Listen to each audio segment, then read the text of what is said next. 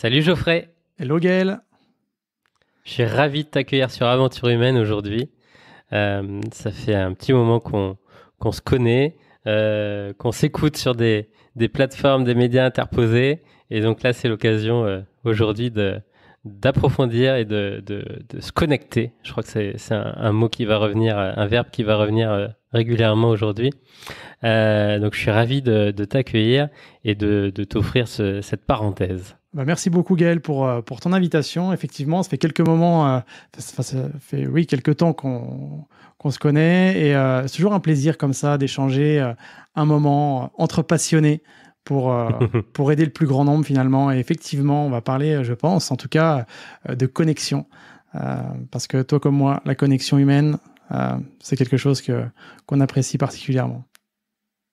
Alors aujourd'hui, on va parler, je crois, reconversion, on va parler dépassement, résilience, connaissance de soi, du fonctionnement de l'être humain, je crois. On va parler préparation mentale à 360 degrés. Ça te passionne. Mais donc, avant de creuser tout ça, première question, d'où viens-tu? Waouh. Je suis un peu de partout et nulle part en réalité. Mais je suis originaire, moi, de l'Est de la France. Quand tu me dis d'où viens-tu, tu vois, c'est rigolo parce que je me pose la question à la fois au niveau géographique, à la fois au niveau humain. C'est un peu d'où viens-tu en termes de parcours humain, qu'est-ce que j'ai pu faire. C'est tellement vaste comme question. Est-ce qu'on a 6 heures devant nous? On a l'éternité. Génial. Mais oui, oui, mais je pense que justement, le lieu d'où je suis originaire a beaucoup impacté aussi ma mentalité, mon état d'esprit. C'est vrai que l'Est de la France, c'est très, enfin, de là où je viens en tout cas, c'est très rural. On a des valeurs de partage, de cohésion, d'engagement, de dépassement de soi aussi qui sont assez importantes. Et tout à l'heure, tu disais que la préparation mentale, c'est quelque chose qui était passionnant, ou tu employais en tout cas le terme passion, et effectivement, moi, c'est ce qui m'anime profondément. Là, je suis quelqu'un de passionné. Tout ce que j'entreprends, je le fais avec passion. Tu vois, là, aujourd'hui, on est ensemble, ça me passionne. Peu importe les endroits où j'ai pu vivre, peu importe les expériences aussi que j'ai pu connaître dans mes différents métiers, j'ai toujours exercé tout ça avec passion. Donc voilà, d'où je viens, clairement je viens de l'Est de la France, hein, de la Meuse précisément, et aujourd'hui j'habite en région parisienne. Pour combien de temps, je sais pas encore, parce que comme on en discutait juste avant, moi je suis très attiré par la nature, je suis très attiré par aussi par le fait de me laisser porter, par aller là où je dois aller finalement, et être un peu dans le flow, c'est quelque chose qui m'anime vraiment. Donc aujourd'hui, je suis en région parisienne, côté campagne, près de Provins. Pour combien de temps, je ne sais pas encore. Mais en tout cas, ce qui est sûr, c'est que là où je suis, je me sens bien, et là où je serai, je me sentirai bien aussi. Ok. Ah, ça, c'est sûr qu'aujourd'hui, quand on te connaît et on comprend le mindset que tu as, tu seras bien partout. Ouais. La question était d'où viens-tu? Aujourd'hui aussi, donc tu es entrepreneur, tu as vraiment une expertise, tu formes, tu parles et tu produis beaucoup de contenu autour de la préparation mentale. Mhm. Mais avant cela, tu as une carrière dans la police, c'est ça? Personne n'est parfait, hein. Oui, oui, c'est exactement ça. Tu sais, la préparation mentale aujourd'hui, ça me passionne. Mais quand je prends du recul par rapport à ma vie, c'est quelque chose qui m'a passionné depuis le plus jeune âge, parce que finalement, comprendre comment fonctionne l'humain, comment on fait en sorte pour gérer son mental, tout ça, c'est quelque chose qui m'a toujours animé. Aujourd'hui, je propose des solutions, effectivement, je forme des gens à une méthode, hein, que j'ai déposée, mais au tout départ, c'était surtout, je cherchais des solutions pour m'aider moi. Et quand j'ai vu que ça marchait bien, je me suis dit, tiens, je vais pouvoir aider d'autres personnes. Et de fil en aiguille, les choses ont avancé comme ça. avant même la carrière de policier, quand j'étais à la faculté de droit à Nancy, je suis allé jusqu'à la licence et en plein milieu de la licence, je me suis retrouvé à avoir des crises d'angoisse, tu sais, vraiment à tomber dans les pommes, à pas me sentir bien, à me demander ce qui m'arrivait. J'avais le sentiment de devenir complètement taré et je me dis mais oh là là, ça va pas là. Donc j'étais allé voir un psychiatre et puis il m'avait donné des petits cachets qui vont bien là, mais ça m'avait anesthésié complètement le cerveau et puis je me disais oui c'est super, j'ai plus de crise d'angoisse, mais au final j'ai plus rien du tout quoi. Je ne suis plus. J'avançais un peu comme une âme en peine et puis je me suis dit non mais ça peut pas continuer, donc ça peut pas continuer comme ça. C'est quelque chose que j'ai fait pendant peut-être un mois ou deux et puis après je me suis dit non, il doit y exister d'autres solutions. Tu sais, c'était un peu ce moment de bascule. Ouais. Comment quand même tu arrives à prendre ce recul-là si tu es anesthésié? Parce que c'est ça le problème. À partir du moment où on est médicamenté, c'est dur de s'en sortir. Oui, en fait, quand je suis allé voir ce médecin-là, et je me suis rendu compte qu'en fait, la consultation durait 10 minutes et qu'il me prescrivait un médicament et puis au revoir monsieur, je me suis dit waouh, je pense qu'il donne le médicament à tout le monde, enfin le même médicament à tout le monde. Et c'est vrai que je me suis vu en tout cas être un peu comme un zombie. Et là, je me suis dit non, mais c'est pas ça que je veux. Peut-être qu'avant, j'avais des crises d'angoisse, mais en tout cas, j'étais en vie. Et donc là, c'était complètement différent. Donc, je me suis dit, voilà, ça peut pas être comme ça tout le temps. Et je ne me reconnaissais même plus. Tu vois, je me suis dit, peut-être qu'en prenant c'est des antidépresseurs et puis anxiolytiques, je sais plus exactement ce qu'ils m'avaient donné. Mais je me reconnaissais plus et je me suis dit, non, j'ai à peine 20 ans, la vie pour moi, ça va pas être ça. Donc, et puis j'étais déjà branché quand même développement personnel. Ça fait longtemps. De quoi? Comment tu t'étais branché au développement personnel? Mon père avait lu quand il était à l'armée, donc tu vois, dans les années 1976, donc moi je suis né en 1981, donc il lisait déjà des choses sur des moines tibétains, Lobsang Rampa, je sais pas si tu connais, il m'avait fait lire ça, le troisième œil, quand j'étais gamin, donc c'était déjà dans la spiritualité, dans l'éveil de soi et tout, et donc c'était quelque chose qui, je me disais que quand on était sur Terre, on pouvait aussi... on avait une certaine mission, entre guillemets, on n'était pas là pour rien. Et donc, c'est vrai que quand ce doc m'avait donné ces cachets, je me suis dit, mais attends, là, il est en train de m'anesthésier et je ne suis plus. Carrément, je ne suis plus. Donc là, j'ai décidé de m'orienter vers différents solutions plutôt naturelles. C'est vrai que chez nous, on avait aussi tendance on a toujours tendance d'ailleurs à se soigner avec les plantes, avec l'homéopathie, puis on a cette chance aussi de pas aller trop souvent chez le médecin. Donc déjà, moi, médicaments, c'était pas quelque chose qui était naturel chez moi. Mais voilà, et donc je suis allé vers différentes méthodes. Il y en a qui marchaient très bien, d'autres que je me suis dit waouh, qu'est-ce que c'est? C'est encore plus perché. Ouais, non mais attends, faut quand même que je te raconte cette histoire. Je sais même pas si j'en ai déjà parlé dans mon contenu. Donc là, ça va être un peu une exclusivité, Gaël, que j'ai donnée. Tu vois, donc j'étais déjà avec Betty, ma femme avec qui je suis encore aujourd'hui. Ça fait plus de 20 ans qu'on est ensemble. Et là, donc on était justement intéressé par toutes ces méthodes de développement personnel, et à un moment donné, on va dans un salon du bien-être. Donc, je te parle de ça il y a plus de 20 ans en arrière. Donc, les salons du bien-être, c'était quand même au tout début, tu vois.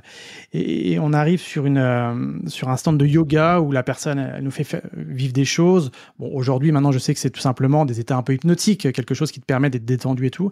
Mais là, j'ai une vraie révélation. Je me dis, waouh, je viens de vivre une expérience de dingue et tout. Et cette dame me dit...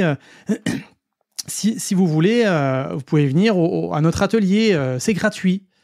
J'ai dit, ouais, pas de souci, on y va et tout. Donc, tu sais, quand c'est gratuit, c'est un peu, comme on dit, si c'est gratuit. Il y a quelque chose derrière. Ouais, mais bon, c'est toi le produit. Oui, c'est ça, c'est moi le produit. Et donc, j'étais jeune et puis je me suis dit, allez, on y va et tout. Donc, on est super motivés avec ma femme, on y va. On se retrouve dans la dame avait loué le bas d'un hôtel Ibis. Et puis, on arrive dans cette salle de l'hôtel Ibis, comme ça, j'étais avec Betty. Et en arrivant dans cette salle, donc, il y avait des chaises disposées un peu en mode conférence. Et au fond, il y avait une grande photo d'une dame. Et je me dis, waouh, c'est quoi ce truc-là, avec des bougies et tout. Et puis je me dis, c'est que ça doit être comme ça et tout. Et puis, donc, elle nous fait une présentation. Elle dit, voilà, je vous présente notre mère et tout. Je dis, oula, tu sais, qu'est-ce qui se passe? Puis je vois que Betty, elle est à fond et tout ça.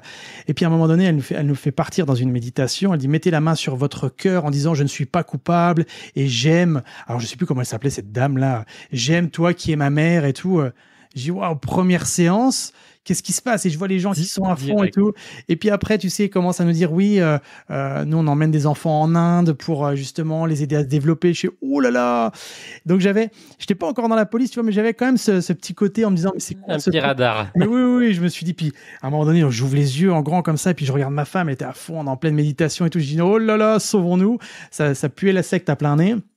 Et effectivement, je me suis renseigné après, c'était quelque chose qui avait des dérives un peu sectaires, donc je me suis dit, bon, bah ok, donc il y a vraiment du bon, et il y a aussi du vraiment... Il faut trier. Ouais, il faut vraiment trier. Tout. Ah ouais, dans tous les aspects. Et c'est pour ça qu'aujourd'hui, quand les gens me disent, oui, le développement personnel, est-ce que c'est pas un peu sectaire, les gourous? Oui, il y en a qui vont... tendre à manipuler les gens. Mais aujourd'hui, on est tellement informé sur ça que la première des choses, c'est est-ce que tu es libre? Est-ce que tu es libre de dire oui? Est-ce que tu es libre de dire non? C'est déjà ça, quoi. Donc la liberté de penser, la liberté de parole, ça, en l'occurrence, là, à ce moment-là, j'avais l'impression qu'elle n'était pas du tout présente, tu vois. Donc j'ai testé pas mal de techniques, pas mal de stratégies, et puis je me suis rendu compte quand même qu'il y en avait pas mal qui fonctionnaient, certains types de respiration, et puis je m'étais orienté vers l'hypnose. Et l'hypnose, j'avais découvert ça donc dans les années 2000, et je me suis rendu compte qu'effectivement on avait cette capacité, cette possibilité de reprendre la maîtrise de soi, la maîtrise de son esprit, la maîtrise de son corps. Et donc ça m'a vraiment aidé. Et donc j'ai continué un petit peu comme ça à cheminer vers cette quête de rechercher sans cesse des stratégies, des outils pour améliorer mon quotidien. Ouais. Tout en étant encore étudiant? Alors là, en réalité... Non. Alors oui, j'avais complètement arrêté la licence en droit, je l'avais arrêté en plein mois de janvier, et j'avais dit à mes parents, écoutez, c'est pas possible, j'y arrive plus là, c'est impossible. C'est pas pour moi. C'est absolument pas pour moi. Et puis, en intégrant un certain nombre de techniques, arrivé au mois de juin, je me suis dit, mais c'est quand même bête d'arrêter au niveau licence. En plus, c'était au moment où le DUG, tu sais, le Bac+2, n'avait plus de valeur. Ils avaient changé en licence, master, doctorat. Là. 3, 5, 8, ouais. Voilà, c'est ça. Donc, je me suis dit, c'est dommage, à 6 mois de la fin, de ne pas avoir au moins cette licence. Donc, en termes de dépassement de soi, j'avais pris tous les cours de la fac d'un ami, tu vois, j'avais près de 500 pages, et pendant juillet et août, j'ai bûché comme un dingue. Je me levais le matin à 8h, je me couchais à minuit, je me suis dit, allez, je sais pas trop pourquoi je fais ça, mais en tout cas, je le fais. Et du coup, j'ai eu ma licence en droit. Donc, j'ai eu, je me souviens, à 18 dans une matière où j'étais même pas allé. Comme quoi, quand on est porté par l'énergie de je veux réussir, eh bien, on se donne les moyens, en tout cas. Au final, je pense que la licence en droit, elle m'a surtout servi à ça, à me connaître moi, qui j'étais, et à montrer aussi que j'étais capable de beaucoup de choses. Parce que concrètement, le diplôme, honnêtement, je ne suis jamais allé le chercher à la fac. J'ai toujours oublié, j'ai toujours reporté. Et, tu vois, depuis 2000, ils doivent m'attendre à la fac de droit de Nancy. Je sais même pas s'ils l'ont encore d'ailleurs.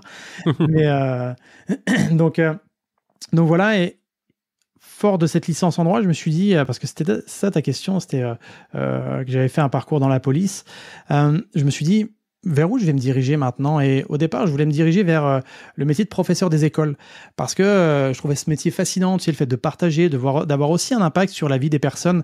On se souvient très bien de ces instits, on se souvient un peu moins de ses profs. Et c'est vrai. Ça dépend. Effectivement. On se souvient de ceux qui ont vraiment une pédagogie, une manière de transmettre un petit peu à part, quoi. Effectivement, oui, c'est ça. Donc c'est vrai que l'intensité, on peut effectivement marquer d'une bonne ou moins bonne façon, en tout cas les personnes que l'on forme. Et donc moi, je trouvais ça en tout cas passionnant. Mais il me manquait quelque chose. Je me suis dit, mais si je fais ça, je suis quelqu'un quand même qui a besoin de bouger, qui a besoin. Et donc là, je me suis orienté vers le métier de policier.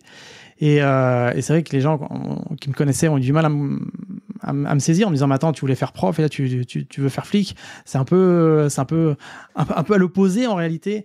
Mais moi, ce qui m'animait dans le fait d'être policier, c'était, il y avait deux choses. Hein. La première chose, c'était le fait de contribuer. Tu sais, le fait d'apporter ma touche dans la société, d'aider finalement la veuve et l'orphelin, me dire que voilà, j'allais pouvoir venir en aide au plus grand nombre. Et puis aussi, il y avait cette quête de comprendre l'humain, déjà, de savoir comment il fonctionnait quand il était sous stress, quand il était dans une situation vraiment compliquée. Et puis derrière ça, évidemment, c'était surtout de me connaître. Et puis, j'ai vite compris, après 10 ans de terrain, ça m'a vraiment... j'étais dans un laboratoire réellement pendant 10 ans. J'ai finalement compris que la personne que je voulais aider, c'était surtout moi. La personne que je voulais comprendre, c'est surtout moi. Et au bout de 10 ans, j'ai vraiment parcouru tout ça avec beaucoup d'attention, en tout cas. Et je me suis orienté après en tant que formateur dans la police. Formateur spécialisé en maniement des armes, en secourisme, en technique d'intervention, et une spécialité qui m'a vraiment le plus marqué, le plus passionné, on va dire, c'est celle de préparateur mental dans la police. Et là, c'est quelque chose qui a fait vraiment un déclic, parce que j'avais cette possibilité, en ayant cette qualification, d'accompagner de nombreuses personnes. J'étais à l'école des officiers de police, donc j'avais des centaines et des centaines de personnes à disposition chaque année. Donc ça a permis pour moi de tester énormément de choses. Autant la personne qui veut passer le concours pour être officier ou commissaire, autant la personne qui est au raid, qui veut améliorer son focus, son mental. Donc tu vois, tout ça, ça a été pour moi très enrichissant. Et puis à un moment donné, j'ai dit... ouais. Et comment, avant de passer à ce déclic plutôt sur l'indépendant et l'entrepreneur, comment en 10 ans tu deviens au milieu du coup de ces milliers d'hommes et de femmes l'expert, celui qui forme et celui qui peut qui peut apprendre tout ça. Donc du policier terrain à ça. Tu te formes à l'extérieur ou c'est en interne qu'il y a une transmission? Comment ça se passe en 3-4 étapes? Oui, c'est les deux en fait. C'est-à-dire que moi, à côté de ce métier de policier, j'avais ouvert une association, ça s'appelait l'Association française d'hypnose et de coaching mental. Donc ça me permettait d'avoir une structure, tu vois, j'étais bénévole, mais ça me permettait d'accompagner. J'étais parti dans de la thérapie au départ, j'accompagnais des gens sur des traumatismes, l'envie d'arrêter de fumer, le changement de comportement, gestion de crise d'angoisse, préparation à des concours et tout ça. Donc, je me formais à de nombreuses méthodes d'hypnose, de programmation neurolinguistique, de préparation mentale, mindfulness, beaucoup de méthodes pour, au final, constituer ma propre méthode, tu vois. Et c'est vrai que... Tu t'es fait un laboratoire de recherche et développement pendant toutes ces années. Oui, c'est ça. Et puis, moi, tu sais, t'as beau me dire, ça fonctionne, les neurosciences le démontrent et tout ça. J'ai dit, OK, c'est génial, mais moi, ce qui m'importe, c'est est-ce que ça fonctionne sur le terrain? Et tu sais, c'est un copain du raid une fois qui m'avait évoqué cette histoire-là. Une fois, tu avais une sophrologue qui était venue les voir pour justement les aider en termes de préparation mentale. Et ils se sont aperçus que la sophrologie, c'était très très bien, mais c'était pas du tout approprié pour l'opérationnel. Donc, à un moment donné, même s'il y a des choses sur le papier qui peuvent être sympas, la réalité, c'est comment... sur le terrain, c'est applicable en fonction de différentes personnes. Et moi, j'imagine le gars du raid qui se fait un petit moment de sophro en pleine opération. Ouais, c'est... Alors... Ouais, non, mais justement, c'est ça qui est intéressant, tu vois, parce que imaginer. Oui, parce que ce que tu es en train d'imaginer, et puis ta remarque est tout à fait pertinente. Mais ce qu'il faut savoir, c'est que là, en l'occurrence, cette sophrologue, en gros, ils lui ont dit c'est bien, tu nous prépares à ça, mais si avant une intervention, il faut avoir un tapis confortable, mettre les petites bougies. Enfin, j'amplifie un peu, mais tu vois, c'est pas du tout opérationnel. Mais par contre, ce qui est intéressant, c'est que dans la méthode, moi, à laquelle j'avais été formé, donc qui sont les techniques d'optimisation du potentiel, c'est une méthode que les militaires ont mis en place, qui est une méthode très, très intéressante, en tout cas pour des militaires et des policiers. Là, pour le coup, quand tu es en opérationnel, même quand c'est sur une grosse intervention qui dure longtemps, tu peux effectivement trouver un moment pour te détendre, te relaxer, pour justement avoir cette disponibilité physique et mentale par la suite, tu vois. Mais moi, ce qui m'a intéressé, effectivement, comme tu le disais, c'est d'expérimenter, d'avoir ce laboratoire à disposition, autant dans le privé, autant de mon côté personnel, autant du côté professionnel. Et là, je me suis rendu compte qu'effectivement, les demandes, que tu sois un gars du raid, ou que tu sois une maman débordée en burn-out, ou que tu sois un entrepreneur, elles sont très souvent les mêmes. Elles sont très souvent les mêmes. Parce qu'au milieu, tu as l'humain.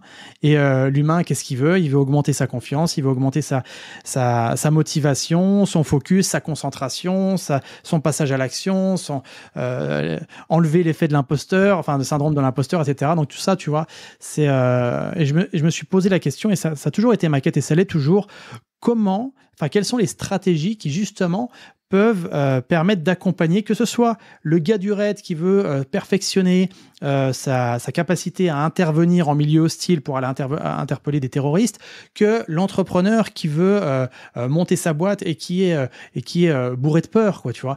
Donc c'est trouver finalement les grands leviers pour accompagner ce genre de personnes. Et donc tout ce parcours-là au sein de la police, moi, m'a conforté dans ça. Et il y avait les différentes étapes, tu vois. C'est 1, j'apprends une technique. 2, je la teste sur moi. 3, je la teste avec 10, 20, 30, 40, 100 personnes. Et 4, je vois le feedback, parce que moi, je demandais beaucoup de feedback. OK, on a testé ça. Comment vous l'avez ressenti ? Qu'est-ce que vous avez pensé ? Qu'est-ce qu'on peut améliorer ? Sans cesse. Tout le temps. Et c'est toujours ma manière de processer aussi au sein de l'Académie de puissance mentale. C'est que moi, là, j'ai une réelle culture du feedback. Pour moi, c'est fondamental. Et ça, autant que ce soit dans la préparation mentale que même dans mon couple. Quand je sens qu'au bout de 20 ans, tu vois, avec ma femme, je sens que des fois, il y a une petite accroche. Je dis, bon, OK, qu'est-ce que je peux améliorer ? Peut-être que là, j'ai pas été le meilleur des maris. Peut-être que là, j'ai pas été le meilleur des papas. Qu'est-ce que je peux faire ? Et tu vois, donc tout ça aussi, c'est un état d'esprit, que ce soit dans le perso, dans le pro, c'est quelque chose qui est... Tout est lié, c'est au quotidien. Exactement. Bah, de toute façon, je pense que, et j'en suis de plus en plus persuadé, j'en suis même convaincu, la préparation mentale, c'est un style de vie. C'est pas juste, tiens, je vais me préparer pour une interview, tiens, je vais me préparer. Non, c'est dès que tu te lèves le matin, voilà, t'actives les leviers, et puis c'est un style de vie, c'est une hygiène de vie aussi, qui permettent justement d'avancer plus sereinement, plus aligné, même si le terme aligné, c'est un peu dev perso, mais c'est vraiment, quand je dis aligné, c'est avancer sur un chemin qui est bon pour nous, où on s'y sent bien. Qui est le nôtre. Le nôtre. Et surtout qui est le nôtre, effectivement, et pas celui qu'on aimerait qu'on emprunte. Donc, si tu avais 2 ou 3 anecdotes de situations que tu as rencontrées ou que les collègues ont rencontrées en termes d'opérationnel, en termes d'action, et qui ont après amené un feedback et quelque chose de très concret dans la méthode que tu as construite. Est-ce que tu aurais des exemples, des anecdotes ? J'en ai des dizaines. Maintenant, mon plus gros problème, c'est laquelle je vais te donner. Celle que j'utilise souvent, celle dont je parle très souvent, parce que ça peut aider vraiment, que tu sois entrepreneur ou maman solo ou en reconversion, peu importe finalement ta situation. C'était une intervention où on était je faisais partie d'une unité départementale où notre job, j'ai fait ça pendant à peu près 8 ans, notre job c'était d'aller soit faire de l'anticriminalité dans certains quartiers dits sensibles, soit aller les matins interpeller des personnes qui avaient commis des crimes ou des délits. Donc, à 6 heures. C'est pour ça que je me lève toujours à 5 heures. Je suis jamais surpris. Non, je rigole. C'est des techniques de voyous, ça. Quand on est prêt à 6 heures, des fois que la police vient nous cueillir. Et donc là, on partait sur une intervention à 6 heures du matin. En l'occurrence, c'était une personne qui était connue pour avoir fait des braquages. Donc, on savait qu'il était armé. Concrètement, c'était normalement une opération qui devait être faite par le RAID, mais le RAID n'était pas disponible, donc on nous avait appelé nous. Sauf que on n'avait pas le même niveau d'entraînement, on n'avait pas le même matériel non plus, mais on était quand même au niveau départemental les plus à même de réaliser ce genre de mission. Donc, Je me prépare mentalement, moi, à cette mission. Donc, moi, mon rôle, c'était d'être sur l'effraction de la porte. Donc, on a un gros vérin hydraulique. On est à deux, on est en binôme quand c'est ça. On vient le positionner sur la porte. Ça pousse, ça a une pression énorme. Ça casse toutes les portes, en fait. Ça s'appelle un door raider, tu vois. Donc, on le positionne et ça casse la porte, ce qui permet après à l'équipe d'intervention d'intervenir et d'aller interpeller l'individu. Donc là, je m'y prépare mentalement. Donc, il y a vraiment le avant, juste avant, le pendant, puis le après la mission. Donc dans le avant, je me prépare, je me mets en état modifié de conscience, tu sais, un état de relaxation, puis je me visualise en me disant ok, ça va se passer comme ça, je vais faire ça, et puis peu importe ce qui se passe, je serai capable de m'adapter. Donc là arrive le moment, donc on prend tout le matériel. Il faut savoir qu'à peu près, on a presque 20 ou 30 kilos par individu par opérateur sur nous. Donc j'arrive devant la porte et là je positionne mon vérin hydraulique. Quand il arrive sur la porte métallique, pourtant je le pose tout doucement. Ah non. Ouais, je le pose tout doucement. Et là, il y a le chien qui aboie à l'intérieur. Donc là, mon cerveau se dit, le chien qui aboie, ça va réveiller le propriétaire. Le propriétaire qui est armé, qui détenait des calaches. Donc il est capable de tirer à travers la porte parce qu'il peut se dire que c'est un gang, tu vois, qui est un gang, enfin, des adversaires, quoi, des ennemis. Bref. Et là, justement, tu vois, cet exemple-là, c'est avoir cette capacité, vu que je m'étais préparé mentalement, à rester focus juste sur ma mission. Et pas être perturbé, pas être distrait par tout le cheminement, par ce discours intérieur qui aurait pu mettre à mal ma mission. Donc là, j'ai inspiré, j'ai expiré, tout de suite, je me suis concentré sur la mission. Ça a permis finalement d'ouvrir la porte et d'aller interpeller la personne. Mais tu vois, ça aujourd'hui, c'est ce que je rencontre, même moi en tant qu'entrepreneur, même quand j'accompagne des personnes, c'est cette capacité finalement à être focalisé sur soi et pas sur le bruit extérieur. Sur ce que tu te dis intérieurement, comment tu te le dis intérieurement et finalement l'impact que ça va avoir sur tes actions et ne pas finalement être distrait par l'éventuel comment dire, scénario. Bruit ambiant.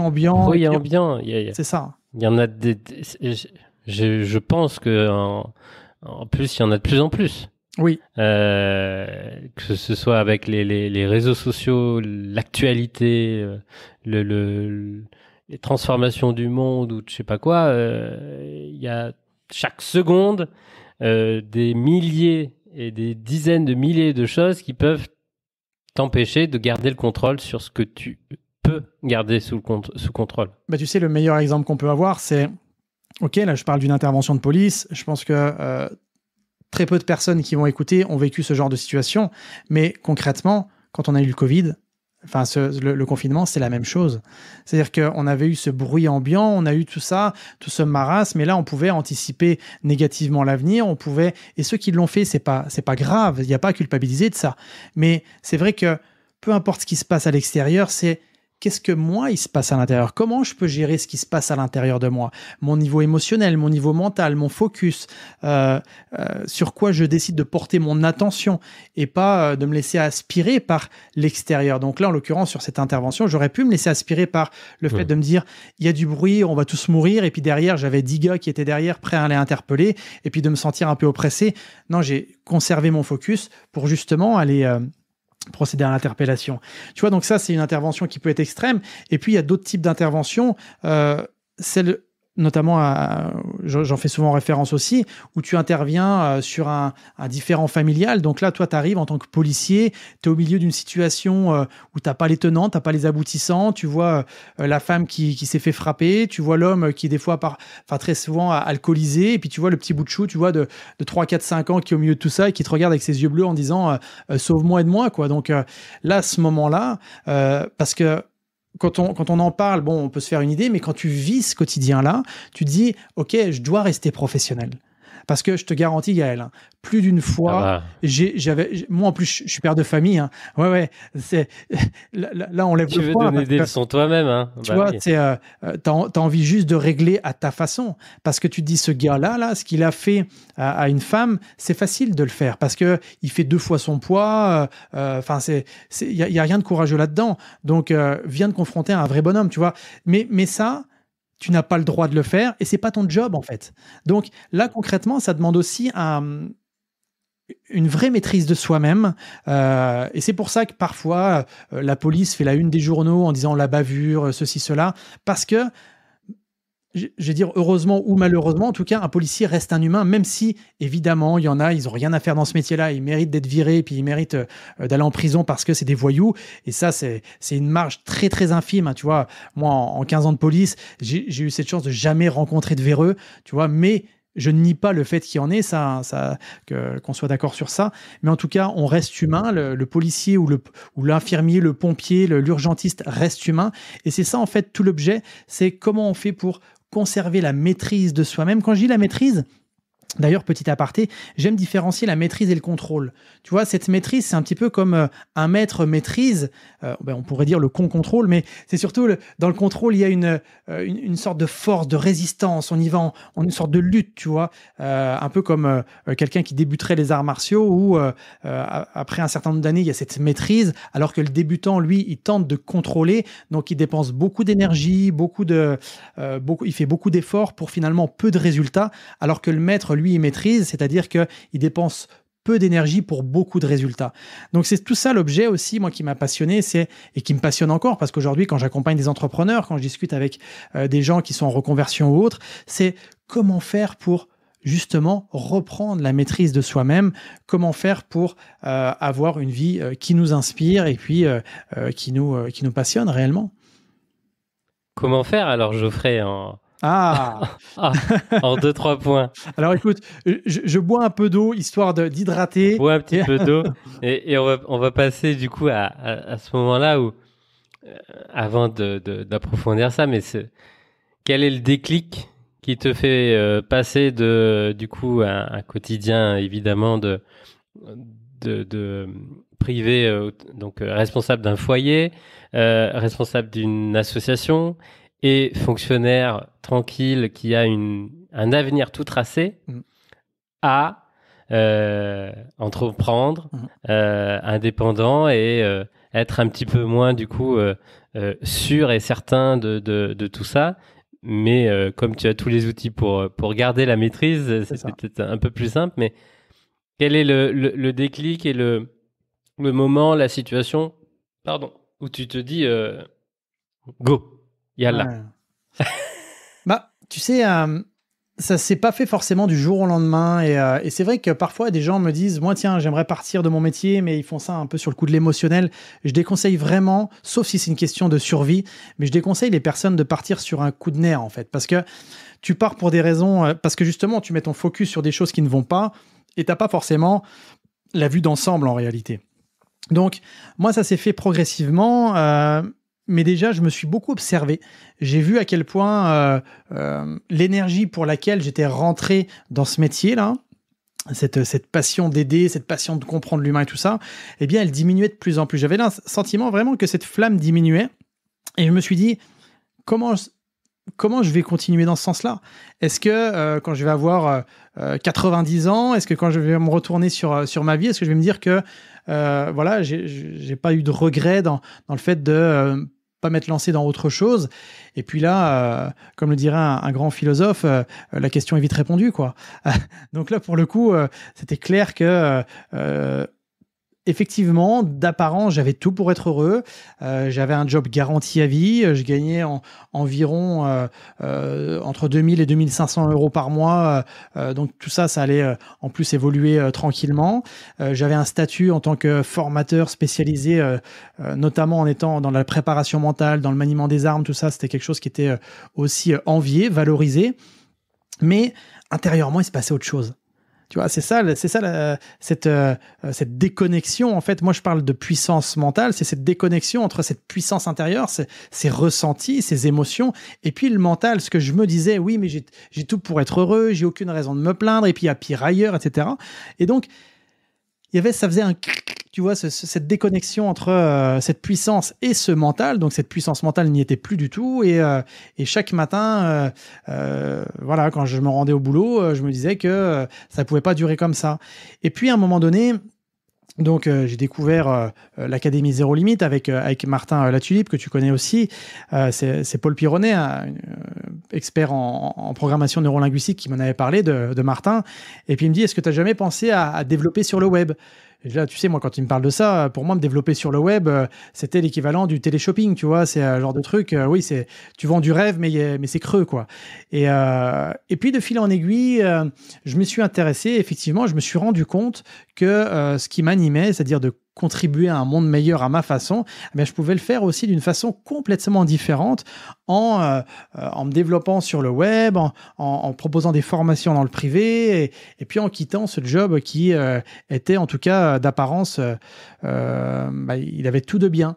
Et donc, les choses se sont faites tranquillement au fur et à mesure. Et puis, à un moment donné, tu sais, si tu prends pas d'engagement, si tu te dis je changerai un jour, on verra, ça viendra, une opportunité va apparaître, eh bien ça se fait jamais. Ou alors ça arrive, mais ça arrive tard. Et là, à un moment donné, Betty, elle me dit, tu sais, Geoffrey, c'était suite à un séminaire justement de développement personnel, elle me dit, tu sais, je t'ai vu parler avec Martin Latulippe, avec Polo, avec François Lemay, tout ça. Elle me dit, mais je peux te dire un truc? Et là, quand elle me dit ça sent pas bon. Ou en tout cas, je me dis, elle va toucher juste parce qu'elle me connaît parfaitement, tu sais. Elle me dit, tu sais, Geoffrey, tant que tu resteras policier, tu pourras pas être à 100% dans ton activité. Donc là, quand je t'ai vu avec ces grands leaders, là, t'étais là, mais t'étais pas vraiment là, en fait. Et quand elle me dit ça, je me dis, ok, mais comment faire? Et c'est la question que je lui pose, mais qu'est-ce que je peux faire? Parce que pour moi, je me suis dit, oui, là, c'est pas le moment de partir de la police. J'ai commandé des emprunts, on a 2 enfants. Enfin, tu vois, on quitte pas comme ça du jour au lendemain. Elle me dit, bah, faut que tu t'engages, quoi. Prends une date et puis fonce. Elle me donne un conseil que je donne à tout le monde. Tu sais, non, mais c'est énorme en réalité. Elles sont fortes. Hein. Ah ouais, non, mais là, et là, quand elle me dit ça, boum, ça me pique. Et je me dis, bon sang qu'elle a raison. Et là, donc, la journée se termine. Et le lendemain matin, je suis réveillé à 5h du matin. Et je me dis, c'est aujourd'hui. C'est aujourd'hui que je vais annoncer à tous mes collègues de la police, tout mon groupe, en fait, que je quitte la police et que c'est terminé pour moi. Donc, j'ai pris cet engagement en disant, bon, voilà, les gars, j'ai quelque chose à vous annoncer. Tu sais, pour moi, c'était l'annonce du siècle. Mais pour eux, ils ont dit, ah oui, bah, c'est normal, en fait. Oui, ben, on le savait. On le savait. Et là, tu te dis, mais en fait, les gens savent mieux que toi. Parce que, tu sais, c'est cette vision que tu as toi-même. C'est dingue en réalité. Et le fait de s'engager, tu vois, tu parlais de déclic tout à l'heure, le fait de s'engager, c'est quelque chose qui est très puissant. Parce que tu as cet engagement, bien sûr, que tu peux toujours faire, tu peux toujours te replier et dire non, finalement, je le fais pas. Mais malgré tout, quand il y a cet engagement vis-à-vis de toi-même, quand il y a cet engagement vis-à-vis des autres, eh bien, tu te sens, entre guillemets, tenu. Et du coup, moi, c'est ce qui m'a permis d'accélérer, en fait, mon départ. Et puis, en combien de temps, du coup? Partir de la fonction publique, ça n'a jamais été évident parce qu'il y a toute une procédure à mettre en place. Et puis en plus, nous, à l'école de police, c'était le moment où il y allait avoir beaucoup plus d'élèves. Et je voulais pas mettre à mal mes collègues en partant du jour au lendemain. Donc, je crois qu'il y avait un délai de 6 mois. Donc, tu vois, j'ai dit, voilà, moi, ça me dérange pas. Raisonnable. Voilà, je peux attendre 6 mois. Me dites pas d'attendre 2 ans parce que ça sera pas possible. Mais je peux encore vous aider. Et tu vois, jusqu'au dernier cours que j'ai donné, d'ailleurs, sur les réseaux, il y a encore un ancien élève qui m'en a parlé. Jusqu'au dernier cours, j'ai donné le meilleur de moi-même parce que je partais du principe que même si je décidais de quitter cette institution, les gens qui étaient là ne devaient pas subir, entre guillemets, mes choix. Et donc là, j'ai toujours voulu donner de la qualité. Et tu vois, aujourd'hui, j'ai encore des retours positifs par rapport à ça. Donc, les choses se sont faites tranquillement, se sont faites en tout cas comme elles devaient se faire. Et je pense que ce qui a été le déclic, c'est effectivement de me former, d'être entouré aussi de personnes qui avaient un état d'esprit différent. Tu sais, ne serait-ce que d'écouter des podcasts comme celui que les gens écoutent aujourd'hui, parce que tu entends des histoires où, justement, les gens ont vécu des vies où tu te dis, bah, c'est possible. C'est possible. Et du coup, ça t'élargit ton champ de conscience, ça t'élargit ton champ de possibilités. Et du coup, ça permet vraiment quelque chose qui est qui permet oui, de dire c'est réalisable. Tu vois, donc ça s'est fait petit à petit, et en tout cas d'une façon écologique pour moi et pour mon entourage. Et puis tu es un gars de l'Est, moi je suis un gars d'Auvergne, donc on est totalement Oui, dans la maîtrise de la comparaison, quoi. C'est ça, c'est ça. Donc oui, et puis et puis tu vois au final, et c'est ce que j'enseigne aussi, c'est parfois on peut se dire j'ai fait ça trop tard, j'aurais dû le faire avant, est-ce que j'ai fait le bon choix? Je pense que tout ce qui arrive dans la vie, ça a sa raison d'être. Et puis parfois on rencontre des personnes, on ne sait pas trop pourquoi, parfois il nous arrive des épreuves, au départ on se dit que c'est la pire des épreuves, puis au final on en tire une leçon. Tout ce qui arrive, selon moi, en tout cas c'est ma philosophie, a sa raison d'être. On relie les points après. C'est exactement ça. Tu sais, c'est un petit peu comme des fois on voit des artistes faire des tableaux, on sait pas trop à quoi, ça ressemble un peu à rien, et puis quand ils retournent le tableau, on se rend compte que c'est un truc fabuleux. Ouais. Ben c'est un peu ça en fait la vie, et parfois tu sais, j'aime aussi avoir cette idée de me dire à la fin de ma vie, tu sais, quand on sera dans la porte, dans le monde d'à côté, on va dire, de me dire mais finalement tout ça a été qu'un jeu, quoi. On m'a mis en place des épreuves. Au départ, je pensais que c'était des épreuves vraiment tragiques, vraiment très compliquées, alors qu'en fait, c'était juste une leçon que je devais en tirer. Les gens que j'ai perdus, ben, en fait, ils sont juste dans la porte d'à côté, puis on se retrouve après. Alors que tu vois, tout ça, c'est de me dire, en fait, c'est qu'un jeu, et de se prendre trop au sérieux, de se dire, d'écouter un peu trop ce mental, tu vois, et pas d'écouter assez ce qu'on ressent à l'intérieur.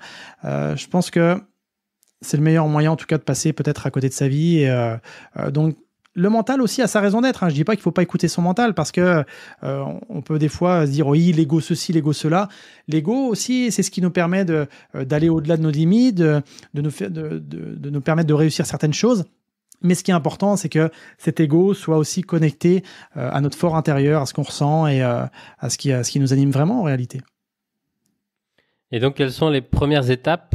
Qu'est-ce que tu fais en premier une fois que tu as pris cet engagement-là principalement de pivoter, de créer ma puissance mentale? Tu rédiges une méthode, tu déposes, tu vas chercher des clients, tu te formes encore un peu plus. Ouais. Qu'est-ce que tu fais? Bah, tout ça. Tout ça. Ouais. C'est-à-dire qu'en fait, j'agis massivement, mais avec cohérence. Parce que souvent, on peut entendre le « agissez massivement », et c'est vrai que c'est plus tu vas planter de graines et plus tu auras de chances qu'il y ait des choses qui germent. Mais ça apporte beaucoup de stress quand c'est massif. Voilà, déjà. Donc le plus important, c'est que ce soit cohérent avec qui l'on est, en tout cas qui on a envie d'être, et que ça résonne avec nous. Je vais donner un exemple. Il y a de ça... 1 ou 2 ans en arrière, je sais plus, une personne me propose de faire une conférence devant 300-400 personnes. Je me dis, waouh, c'est une opportunité de dingue et tout. Mais il y avait quelque chose qui venait me chercher. Je dis, mais pourquoi je me dis que c'est une opportunité de dingue, mais au final, je suis pas allumé comme un sapin, quoi. Et en fait, je prends du recul et je me rends compte que ce que dégage la personne, et ça m'est arrivé sur plusieurs conférences qu'on m'a proposées, ce que dégage la personne, bah, c'est pas forcément en cohérence avec ce que moi j'ai envie de dégager. Je dis pas que ce que dégageait la personne c'était bien ou que c'était mal, c'est pas ça, parce que cette personne-là, ce qu'elle fait, un travail remarquable, mais en tout cas, c'était pas aligné avec moi ce que j'avais envie de dégager, en tout cas à court, à moyen et surtout à long terme. Donc c'est aussi faire ces choix-là, se former, comme tu le dis, pour moi je me forme en permanence parce que ça me permet aussi d'évoluer, d'ajuster, de peaufiner tout ce que je sais déjà et tout ce que j'ai déjà intégré, mais ça permet un peu comme un athlète de haut niveau, toujours de s'améliorer en tout cas. Et tu sais, on parlait de connexion en début d'épisode. Je pense que là, on va vraiment arriver dans le vif du sujet.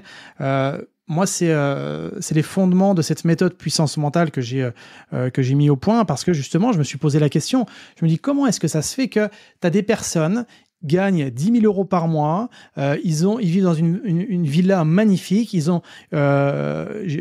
en tête notamment une personne, il a une femme fabuleuse, des enfants merveilleux en pleine santé, et lui, ce qu'il vit intérieurement, il n'est pas animé, il est négatif, il est grincheux, et puis au final, ce qu'il dégage vis-à-vis des gens, c'est pas positif du tout. Au contraire, les gens ne l'aiment pas parce que, tu vois, il est pas du tout pour le coup aligné.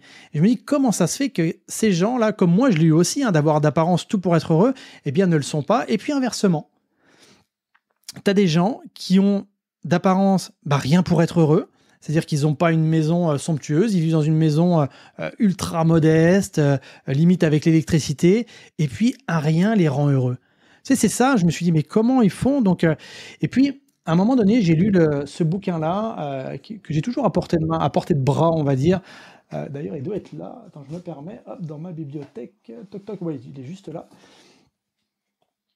Alors, pour les gens qui nous écoutent, je vais vous dire le titre. C'est, peut-être que vous le connaissez, en tout cas, même si vous le connaissez, des fois, il est toujours intéressant de le relire. C'est Découvrir un sens à sa vie de Viktor Frankl.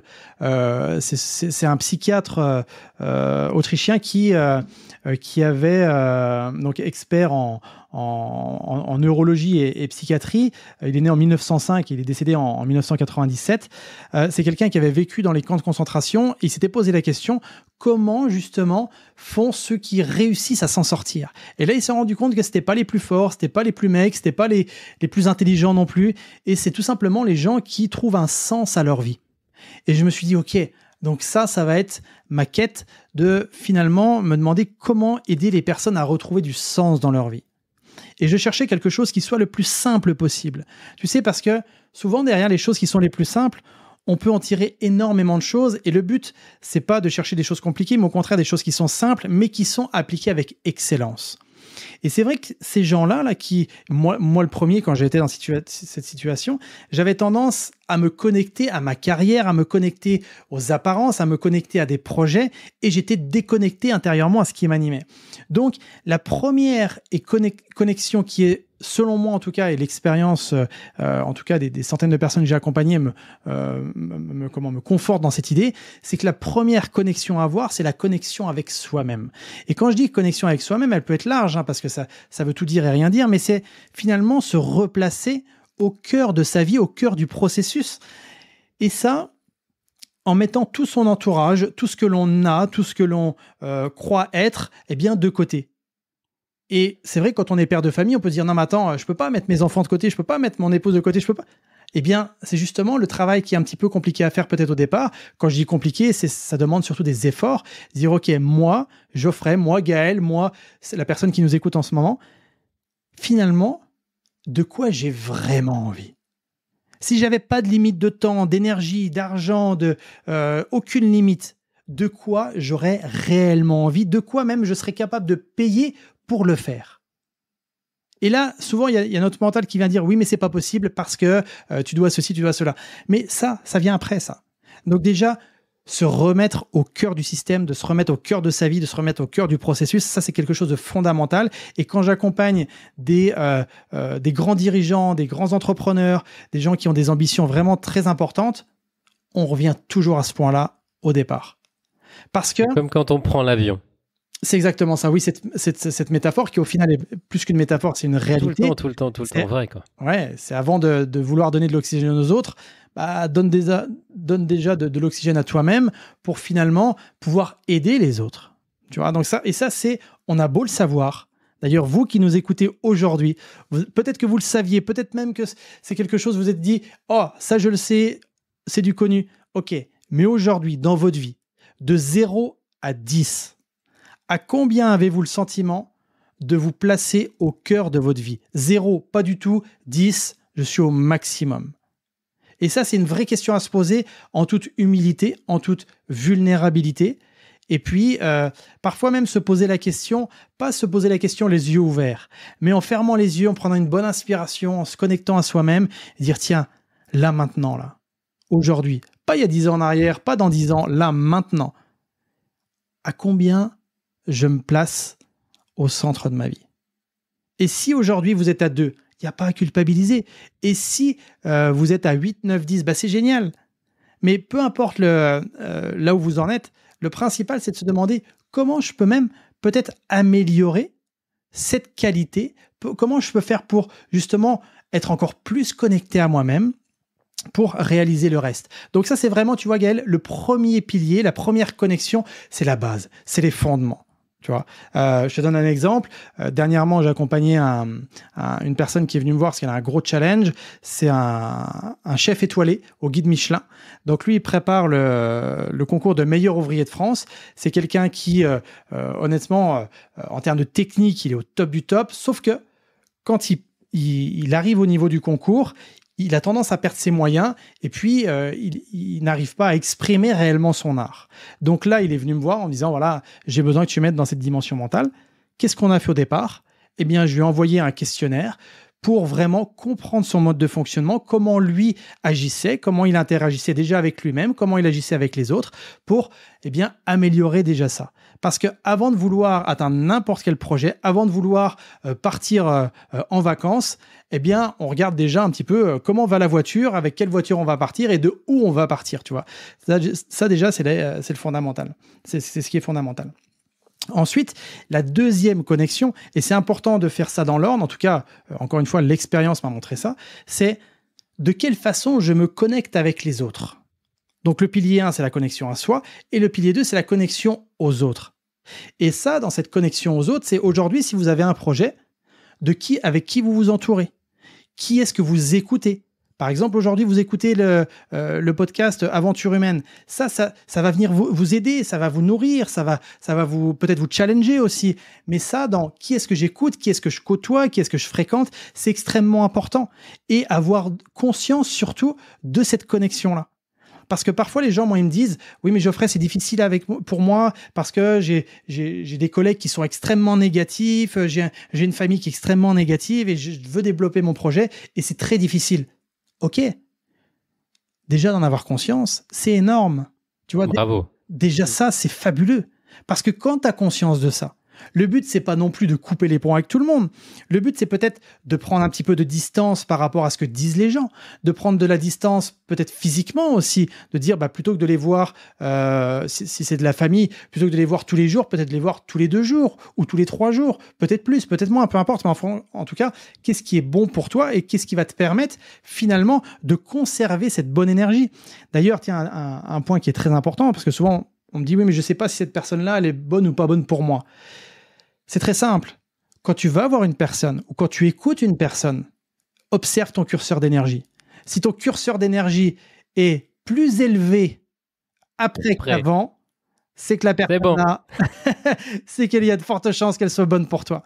Tu vois, donc, ça ment pas, quoi. Tu sais, c'est un petit peu, même si on se dit, oui, mais cette personne-là, elle a du réseau, cette personne-là, elle peut m'aider, cette personne-là. Ouais, mais quand tu lui parles et tu sens que après, t'es plus plombé on va dire, que surmotivé, déjà là, c'est un critère. Donc, pilier 1, connexion à soi-même. Pilier 2, comment je me connecte aux autres. Ouais. Et sur ce pilier 2, là, par expérience, dans des accompagnements que j'ai pu faire avant, autour de projets immobiliers, on mettait toujours en place un board bénévole, mais un board engagé. Et c'était toujours cette idée d'avoir des ressources complémentaires, des ressources qui connaissaient le porteur du projet et qui étaient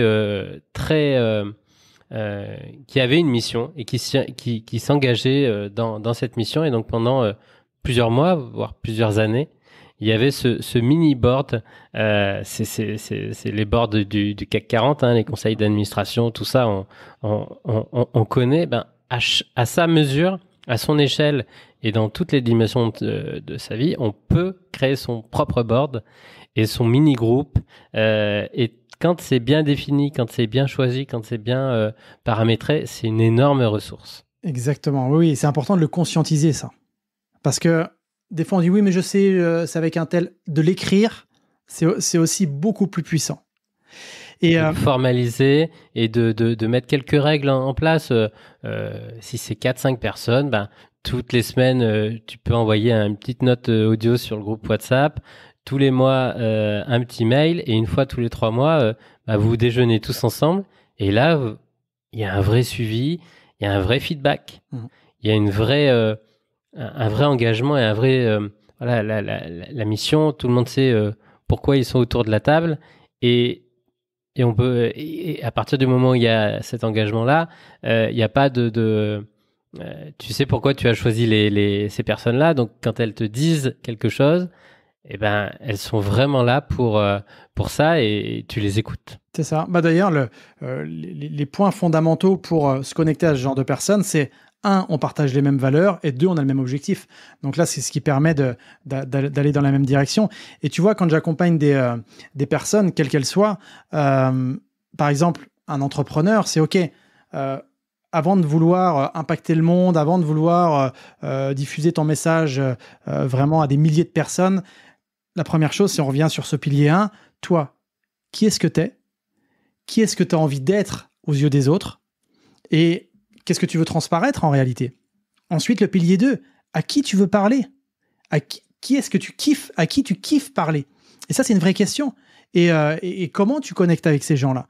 Donc ça, c'est selon moi, en tout cas, toi, c'est une vraie grille de coaching, d'évaluation que j'ai en permanence quand j'entends des gens parler et pour voir après s'ils ont du sens dans leur vie. Donc, pilier 1, c'est connexion à soi, pilier 2, c'est connexion aux autres. Et le pilier 3, ça va être la connexion à ses projets, la connexion à ses rêves, la connexion à ses ambitions, à ses objectifs. Donc, avant même de... En dernier, bah, tu vois, par exemple, le chef étoilé que je prépare pour comment le concours, son concours, son examen, oui. Avant ça, c'est toi qui tu es, comment tu connectes avec les gens, et on s'est rendu compte qu'effectivement, en plus sur cet examen-là, sur ce concours-là de meilleur ouvrier de France, on lui attribue 2 personnes, 2 commis, ils appellent ça des commis, tu sais, qui l'aident dans la préparation des plats et tout ça.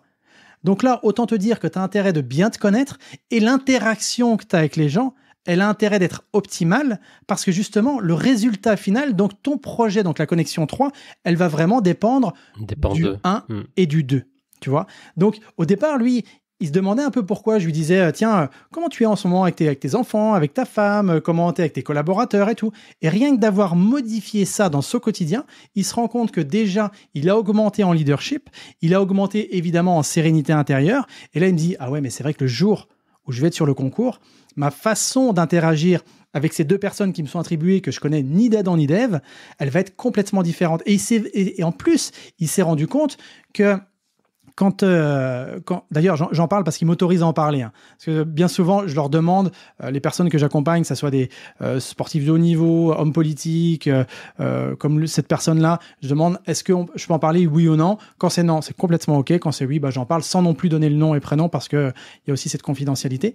Mais il s'est rendu compte, pour revenir à cette personne, que le dernier concours qu'il avait passé, il avait échoué parce que justement, il était tellement en insécurité intérieure, c'est-à-dire tellement stressé, que du coup, il a parlé un peu trop de façon directive à son commis. Ouais. Et du coup, ce commis-là, il était en stress et il a fait un petit peu n'importe quoi. Tu vois, donc aujourd'hui, vous qui... De ressources potentiellement positives et alignées avec tes propres intérêts, tu en fais tu crées des situations négatives. C'est ça. Et c'est en cascade. Hein. C'est là où la mission, elle part en vrille. Elle part en vrille ou au contraire, elle peut justement réussir. Et ça, c'est pour retrouver du sens dans sa vie, c'est tout simplement déjà de se reconnecter étape par étape, dans cet ordre-là en tout cas, et pas se dire, tiens, je veux faire 10 000 € par mois de chiffre d'affaires, je veux... Ok, ça, t'inquiète pas. Si tu suis le process, tu y arriveras à un moment ou à un autre. Il faut aussi prendre le temps. Parce qu'aujourd'hui, tout à l'heure, tu me parlais de la reconversion. Je pense que ce qui est important, c'est d'avoir aussi une vision long terme, de jouer sur le long terme. Et on a toujours tendance, je généralise, hein, c'est sûr, mais en tout cas, je me rends compte que l'humain, moi le premier, on a tendance parfois à être un peu pressé, alors qu'en fait, on ne se rend pas compte que toutes les actions qu'on met en place, elles vont avoir un impact pour... quelques mois, quelques années plus tard. D'ailleurs, moi, j'ai souvent des personnes qui viennent me voir en me disant, tiens, Geoffrey, ça fait plus d'1 an et demi que je te suis et je suis vraiment intéressé par ta formation pour devenir coach en préparation mentale. Et là, je savais même pas que la personne me suivait, tu vois. Mais c'est tout ça, ces actions que j'ai mis en place il y a 2 ans, 3 ans en arrière, elles n'ont pas été vaines. Elles ont été faites parce que aussi elles devaient être faites. Et puis aussi, les gens, ce qu'ils aiment, c'est qu'ils voient ton évolution. Et moi, beaucoup viennent aussi pour cette raison. Ils me disent, quand on voit l'évolution que tu as en très peu de temps, c'est inspirant. Et donc, ça donne envie aussi de te suivre, de suivre une formation. Tu vois, donc, c'est vrai que parfois, on hésite à se lancer, on a peur, on se dit oui, mais on a peur de commencer petit. Alors qu'en fait, de se dire que le petit qu'on commence aujourd'hui, là, sera plus tard très inspirant pour des centaines et des centaines de personnes, pour pas dire des milliers de personnes. C'est notre ami Martin Lativippe qui dit souvent on surestime ce qu'on peut faire en 1 an, mais on sous-estime toujours ce qu'on va faire en 10 ans. C'est tellement ça. Donc, cette méthode bâtie avec ces 3 piliers au centre, tu la déposes. Ça veut dire quoi, déposer une méthode ? Alors, déjà, cette méthode, quand on dit déposer, c'est déjà déposer le nom, et puis déposer le concept auprès de l'INPI, donc l'Institut National de la Propriété Intellectuelle, voilà, c'est ça. C'est assez rare hein, dans ce game, on va dire, du développement personnel, coaching, formation, formateur. Tu as été au bout de cette démarche et c'est très rare pour être souligné et vraiment mis en valeur. Hein. Bah, en fait, moi, je suis tellement animé et porté par quelque chose de plus grand que moi que je me dis, voilà, je suis sans cesse en amélioration de cette méthode. C'est que derrière tout ça, il y a aussi une communauté. Cette communauté de coachs, cette communauté de gens qui nous suivent aussi pour les aider un maximum. Parce que moi, j'ai aussi cette idée de me dire, tu sais, en gros, dans 50 ans, je suis plus là. Donc, aujourd'hui, quand je forme une personne, je me dis qu'au fond, cette personne-là va pouvoir aider des dizaines et dizaines de personnes. Quand j'ai des retours, des feedbacks sur l'impact qu'ils ont, moi, ça m'anime profondément. Au-delà du contrat qu'on a ensemble, au-delà quand je dis contrat de formation que j'ai pu avoir avec eux, tu sais, cet échange financier qu'on a pu avoir, pour moi, c'est complètement accessoire. Et je me dis, OK, tiens, aujourd'hui, elle a pu aider telle personne, c'est juste dingue, quoi, tu vois. Et donc, c'est ça qui m'anime, c'est cette ambition de mettre vraiment un mouvement en place.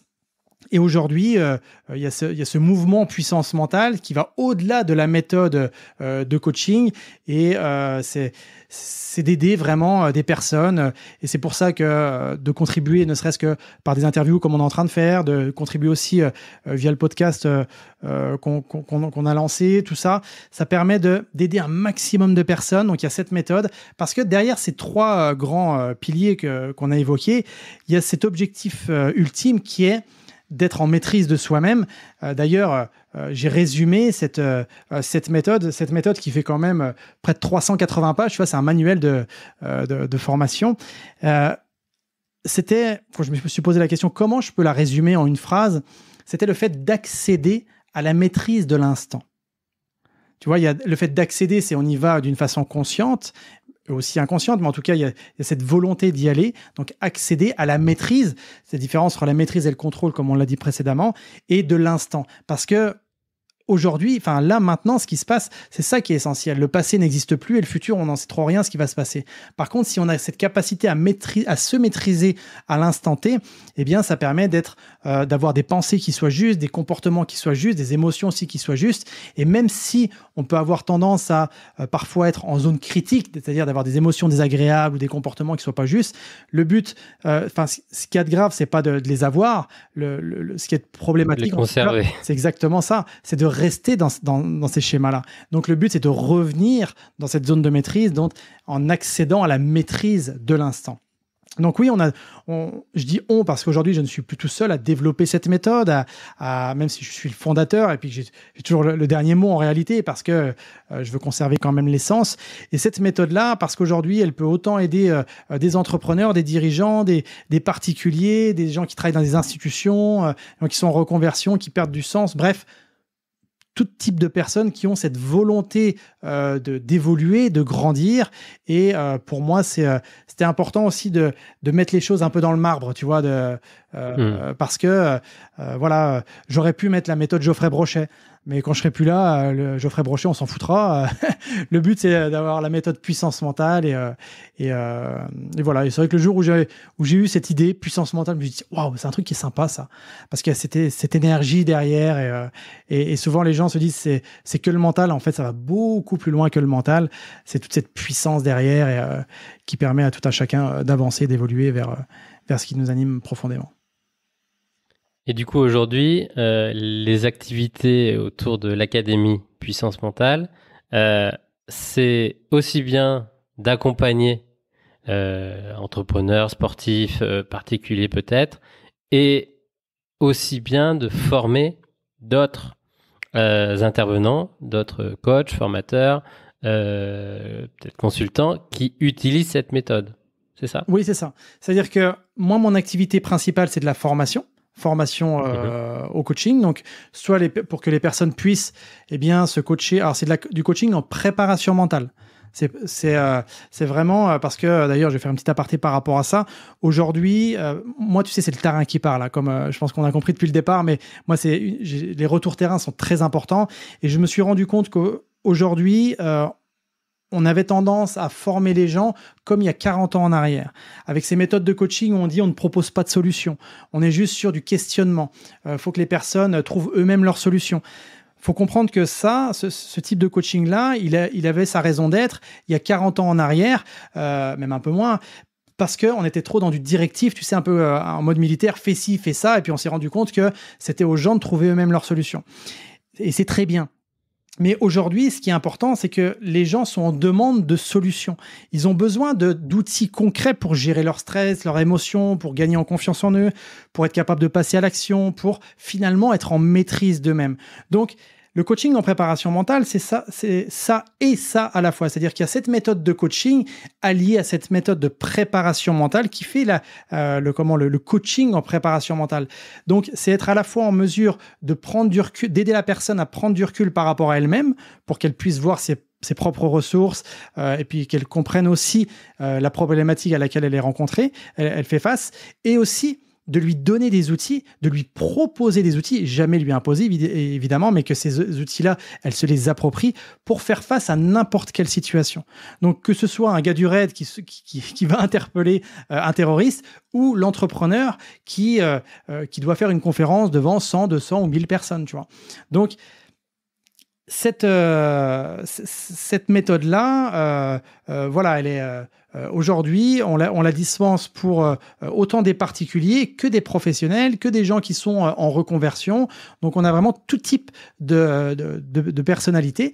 Et nous, dans tous les cas, quand les gens s'engagent souhaitent s'engager sur cette formation pour devenir coach en préparation mentale, on a un entretien préalable pour être sûr déjà qu'elles sont là pour les bonnes raisons, qu'elles ne vont pas perdre leur temps, et nous non plus. Donc, on s'assure de tout ça.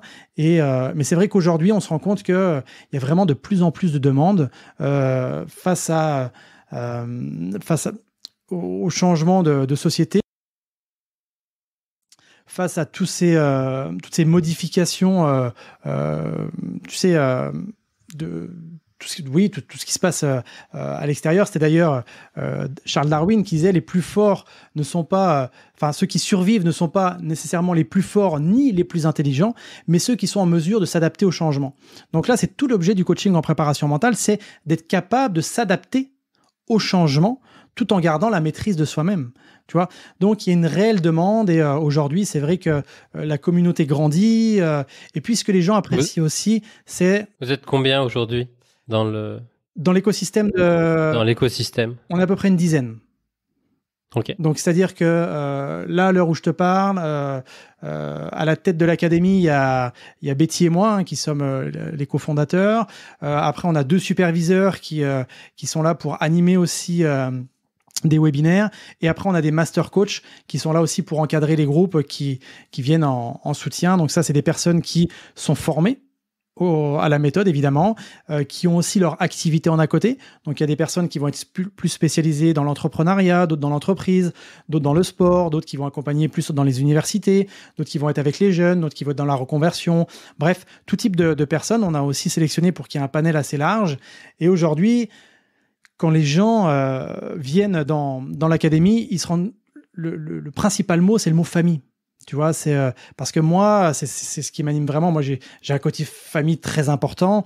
Et d'ailleurs, quand tu vois les avis Google, c'est les mots bienveillance, famille, partage et tout ça qui ressortent principalement. Donc oui, on est à peu près une dizaine. Le but, c'est pas non plus d'être beaucoup. Le but, c'est d'être une équipe qui soit soudée, familiale, et qui apporte énormément de valeur à chaque personne qui nous font confiance pour leur évolution personnelle ou professionnelle. Et comment tu animes, du coup, si je comprends bien, il y a, dans ces 10 personnes, il y a des indépendants. Comment, donc vous êtes un petit peu à distance, en remote, à droite, à gauche. Comment tu animes, comment tu fédères, comment tu transmets et tu veilles un petit peu à cette énergie dans l'équipe. Bah, tu sais, je me considère un peu comme un capitaine de navire. C'est-à-dire que moi, j'ai la vision, je sais vers où on va aller, et après, je dispatche tout ça aux équipes. Donc, avant chaque webinaire, je dis, bon, je reconditionne toujours les pairs. Quand je reconditionne, c'est le fait de conditionner mentalement, émotionnellement. Et je dis toujours, d'ailleurs, sur la fiche de préparation des webinaires, des ateliers pratiques, c'est on donne un maximum d'énergie, on donne un maximum de valeur, on est là pour les aider dans leur transformation. Tu vois, c'est des mots qui sont toujours mis. On les lit sans les lire, mais en tout cas, ils sont là inconsciemment et c'est toujours les valeurs de l'académie qui se diffusent. Et il y a aussi cette culture du feedback. C'est OK, tiens, Amy, comment tu t'es senti sur le dernier webinaire? Ah, je sens qu'à un moment donné, il y a eu une question et j'étais un peu en inconfort. OK, comment on peut améliorer ça? Tu vois, c'est toujours dans ce souci d'amélioration continue. Et d'ailleurs, nous, les personnes qui sont là en master coach ou en superviseur, moi, je les ai sélectionnés parce que ces gens-là aspirent aussi à réaliser leurs rêves. Tu vois, par exemple, on a une de nos superviseurs qui était capitaine de police, qui a ce rêve d'aller vivre en Nouvelle-Zélande. C'est bizarre, ça. Voilà, on en a une capitaine de police. On a de mémoire. Oui, c'est la seule qui était dans la police.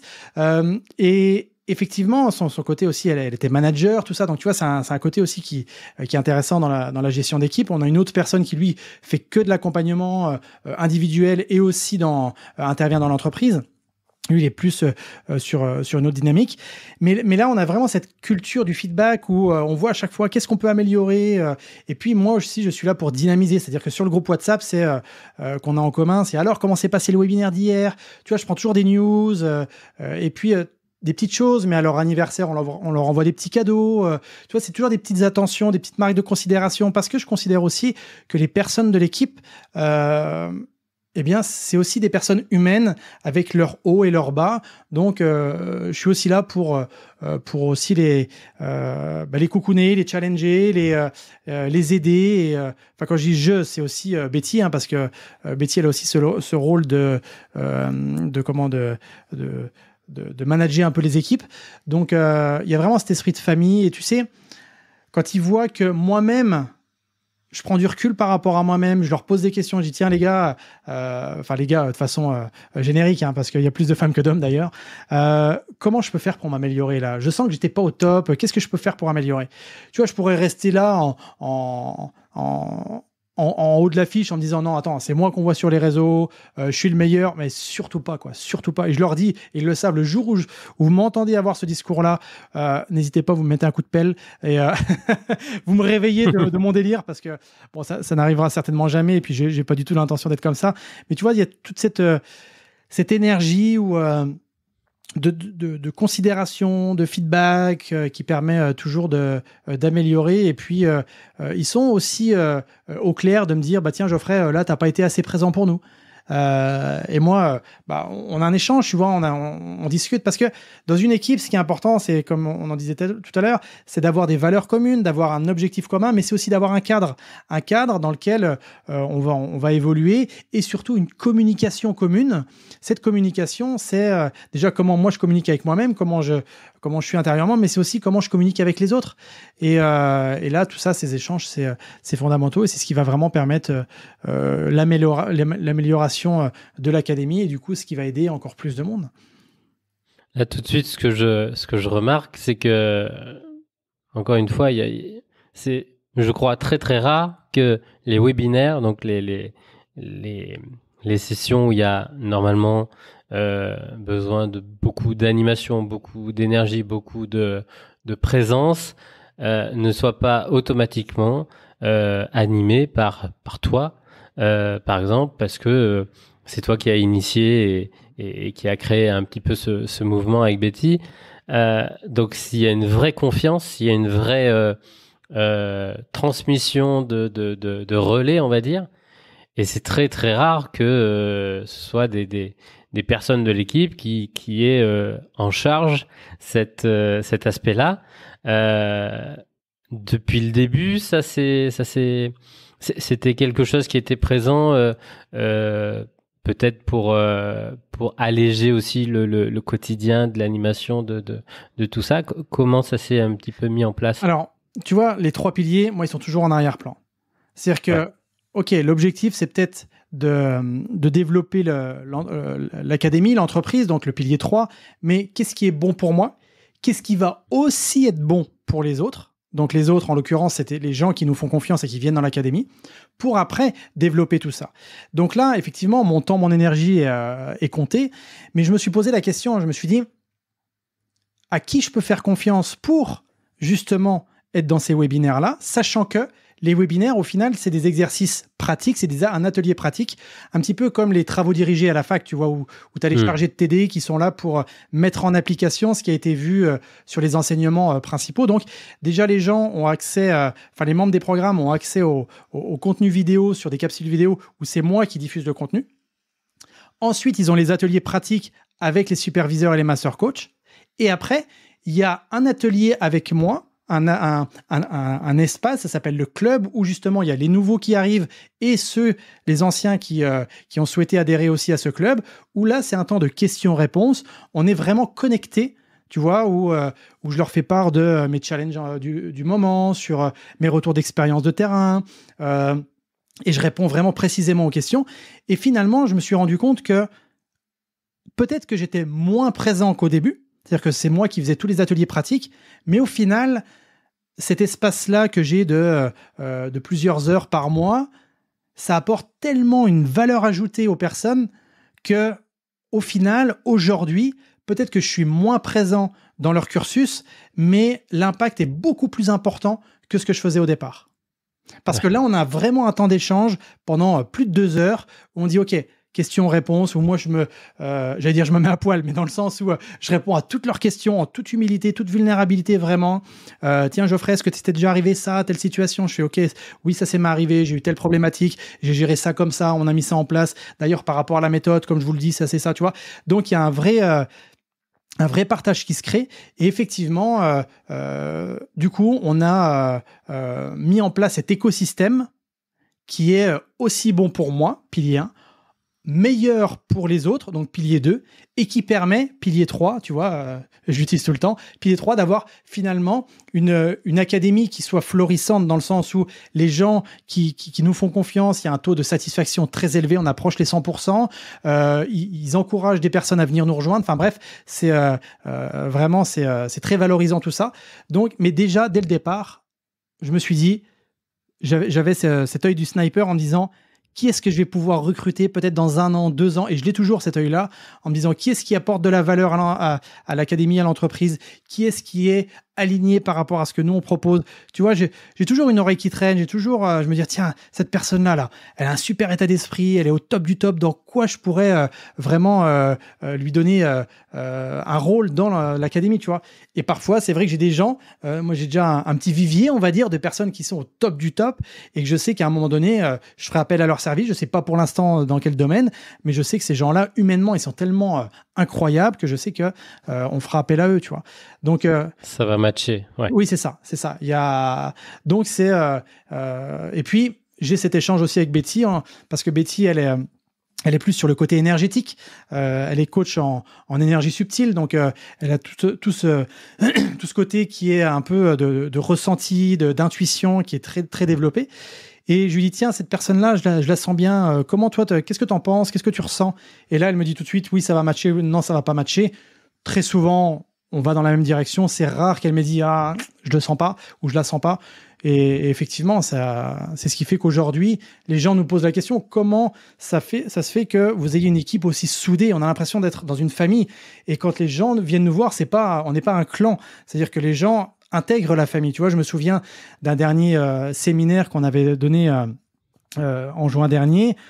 On s'est retrouvés le samedi soir, tous autour. Là, on était peut-être une trentaine assis. Et puis les gens nous posaient des questions vraiment en toute transparence, et ça, ils ont adoré, parce que là, tu vois, j'aime pas utiliser ce terme-là, parce que ils ont accès à moi, tu vois, mais j'aime pas dire ça, mais en tout cas, il y a ce rapport qui est, pour moi, humain, il y a ce rapport qui est d'égal à égal, et d'ailleurs, c'est rigolo, parce qu'une fois, j'avais ma mère qui était sur un séminaire puissance mentale, comme ça, et c'est la famille, hein, tu sais, elle est tellement fière de nous voir évoluer, je dis, viens, ça te fera certainement du bien, et elle adore ça, quoi. Et il y a une des participantes qui dit, j'espère juste que Geoffrey, il changera pas. Et ma mère, elle a dit, t'inquiète pas, il changera jamais. Tu sais, un peu, parce qu'elle dit, écoute, il a plus de 40 ans, je le connais, il n'y a aucune raison qu'il change. Donc, c'est foutu maintenant. Voilà, c'est foutu. Il va évoluer, mais en tout cas, il changera pas. C'est vrai que la personne, quand elle disait, je veux pas qu'il change, c'est dans le sens, je veux pas qu'il prenne le melon, j'aimerais pas qu'il prenne le melon, qu'il prenne de la distance et tout ça. Et c'est ça qui est important, c'est aujourd'hui, même si j'ai, entre guillemets, moins de présence sur le cursus, j'ai une présence qui est beaucoup plus qualitative. Et d'ailleurs, les gens, quand ils ont une question à poser, ils posent ça sur le groupe. Moi, je leur fais une vidéo en moins de 5 minutes. Donc, tu vois, il y a cette disponibilité aussi. Et ça permet de profiter au plus grand nombre. Donc, tu vois, on a affiné encore ma présence, en tout cas, la présence des superviseurs et des master coachs, pour avoir quelque chose qui soit vraiment beaucoup plus qualitatif. Et c'est pour ça aussi qu'on fait notre différence aujourd'hui dans l'univers du coaching. C'est super. On commence à quand même avoir une très très belle vision de Geoffrey et de l'écosystème que tu as construit. Avant de passer à la dernière question, j'ai 2-3 points que j'aimerais encore creuser. La journée type aujourd'hui que tu vis, ton quotidien, on va dire, et tes piliers ou tes créneaux ou tes sessions quotidiennes, est-ce que tu peux un petit peu nous les partager ? Je vais te partager ma journée idéale, celle que je pratique, on va dire, dans 80-90% du temps. C'est déjà de me réveiller le matin tranquillement, en prenant le temps, en commençant ma journée vers 9h. Tu vois, j'aime commencer par un peu de sport. Donc là, le sport, avant, j'étais dans le sport, dépassement de soi, performance, record, compétition. Là, aujourd'hui, quand je vais courir, je sais quand je pars, je sais jamais trop quand je rentre. Mais c'est surtout qu'est-ce que je ressens quand je cours. Je laisse à moi venir la créativité. Je me laisse aller. Je suis vraiment en connexion avec, pour le coup, à la connexion 1, tu vois, vraiment avec moi-même. Après, quand je reviens, je me mets à mon activité. Donc là, le matin, je suis plus dans de la création de contenu. Donc ça va être la création de podcasts, la création de vidéos, la création pour les différents programmes. Souvent, je prends mon repas vers 12h30, 1h. Et après, la chose fondamentale, Gaël, celle à laquelle, depuis plus de 40 ans, je ne déroge pas. Et que les seules fois où j'ai dérogé, c'est que vraiment, j'avais pas le choix. Je détiens un titre de champion intersidéral dans cette discipline. C'est la récupération optimale. Autrement dit, une bonne sieste pour récupérer. Génial. Et tu vois, ça, c'est vraiment... c'est d'ailleurs, souvent, quand j'étais en compétition, on me disait, c'était quoi ton secret ? Est-ce que tu te dopes ? Parce que c'est vrai que les gens, quand ils voyaient champion du monde plusieurs fois dans un sport de force et tout ça, ils disaient, il y a du dopage. Dis-moi, mon dopage naturel, c'est le sommeil. Sommeil et la récupération. Là, donc, d'ailleurs, mes enfants le savent, ma femme le sait, mes parents le savent que entre 13h et souvent 14h, 14h30, soit je suis tranquille, soit je fais ma sieste, mais vraiment, je prends un temps où je me pose parce que ça me fait du bien de récupérer. Et puis après, entre 15h et 18h, je m'occupe aux différentes activités de l'entreprise. Vers 18h, c'est souvent une balade, forêt. Je dis souvent, mais c'est quasiment tous les jours, soit tout seul, soit avec Betty, soit dans tous les cas, c'est avec Laïa, ma chienne Dogue de Bordeaux, qui m'accompagne. Et puis aussi des fois avec les enfants quand ils sont d'humeur à venir. Et puis voilà, c'est surtout trouver un levier pour les motiver. Il y a une évolution là. Ouais, c'est ça. Bah, Là-dessus. Ils deviennent adolescents, donc on va dire quand même 3 fois sur 5, ils viennent avec moi quand je leur demande. Et puis après, le soir, soit j'ai des webinaires, soit c'est vraiment des connexions famille. Donc, tu vois, ça, c'est ma journée idéale. Et là, donc aujourd'hui, à l'heure où je te parle, je travaille 5 jours sur 7, 4 à 5 jours sur 7. Moi, mon idéal de vie, parce que souvent on me dit, toi, tes objectifs, c'est quoi? Est-ce que c'est de faire X milliers, X millions d'euros? Moi, c'est déjà mon style de vie. Et le but, c'est de m'alléger de plus en plus. Tu vois, tout à l'heure, quand tu me parlais de forêt, de vivre en nature et tout ça, pour moi, c'est quelque chose, ça m'illumine directement. Donc moi, mon objectif, c'est vraiment mon objectif idéal, c'est de travailler, entre guillemets, le même style que je viens de te donner, 3 jours et de me poser pendant 7 jours. Quand je dis me poser pendant 7 jours, c'est d'aller faire, d'amplifier ce que je fais déjà, donc c'est-à-dire balade en forêt, sport. Ah oui, donc pardon, 3 jours sur 10. C'est ça. Ouais. Donc, d'où vraiment, parce Génial. que pour moi, c'est vraiment important de travailler sa vibration, de travailler son énergie pour être encore meilleur quand tu échanges avec les gens. Donc, tu vois, sur ces 7 jours où je serai en déconnexion complète, bien sûr, quand je dis déconnexion complète, il peut y avoir des urgences, il peut y avoir des choses à gérer. Ça ne m'empêcherait pas d'avoir peut-être une demi-heure, 1 heure où je consacre à l'entreprise, évidemment. Mais en tout cas, c'est vraiment cette période où vraiment de déconnexion pour augmenter la vibration, me former aussi, d'écouter de nouvelles choses, de rentrer en créativité pour lorsque j'arrive d'envoyer du très très lourd. Tu vois, parce qu'aujourd'hui... Ça demande beaucoup de temps, de ressources, oui, en fait, de mettre des pièces dans la machine. C'est ça. C'est énorme le temps. Et si on est toujours dans l'opérationnel, dans l'urgence, il y a rien qui remet et le réservoir s'épuise beaucoup plus rapidement et il se tarit. C'est ça. Et puis moi, je me dis, chaque action que je fais, ça doit être dans cette fameuse zone de génie. Mais en plus, chaque action que je mets en place, faut qu'elle ait un impact pour 2-3 ans plus tard. L'enregistrement qu'on est en train de faire, Gaël, il y a des gens qui sont en train de l'écouter, on est peut-être en 2025. Mais parce que justement, tu vois, justement, c'est ça qui est intéressant. C'est que là, aujourd'hui, l'énergie que j'utilise pour être avec toi, ce que je partage et tout ça, je sais que ça va avoir un impact dans plusieurs mois, plusieurs années encore. Et c'est ça, en fait, moi, c'est entre guillemets mon obsession, mais je prends du plaisir à ça, c'est prendre du recul et me dire où est-ce que je peux vraiment déléguer sans que les membres des programmes y voient justement un inconvénient, mais au contraire qu'ils y trouvent un avantage, parce que tout à l'heure on parlait des superviseurs. Moi j'ai des retours incroyables de personnes qui me disent mais c'est génial parce qu'on a justement une vue qui est différente de la tienne, ultra complémentaire, c'est très riche en expérience, donc ça c'est génial, tu vois, donc il y a un réel intérêt à tout ça. Et moi, comment faire pour justement apporter des choses qui soient vraiment plus puissantes, et ça c'est ma quête. Donc je pense que vraiment travailler son énergie, travailler sa vibration permet d'apporter quelque chose qui soit encore plus qualitatif, plus fin, plus raffiné pour avoir un impact plus important. Toujours en cohérence avec ces fameuses 3 connexions, ces 3 piliers. Ouais. 100% d'accord.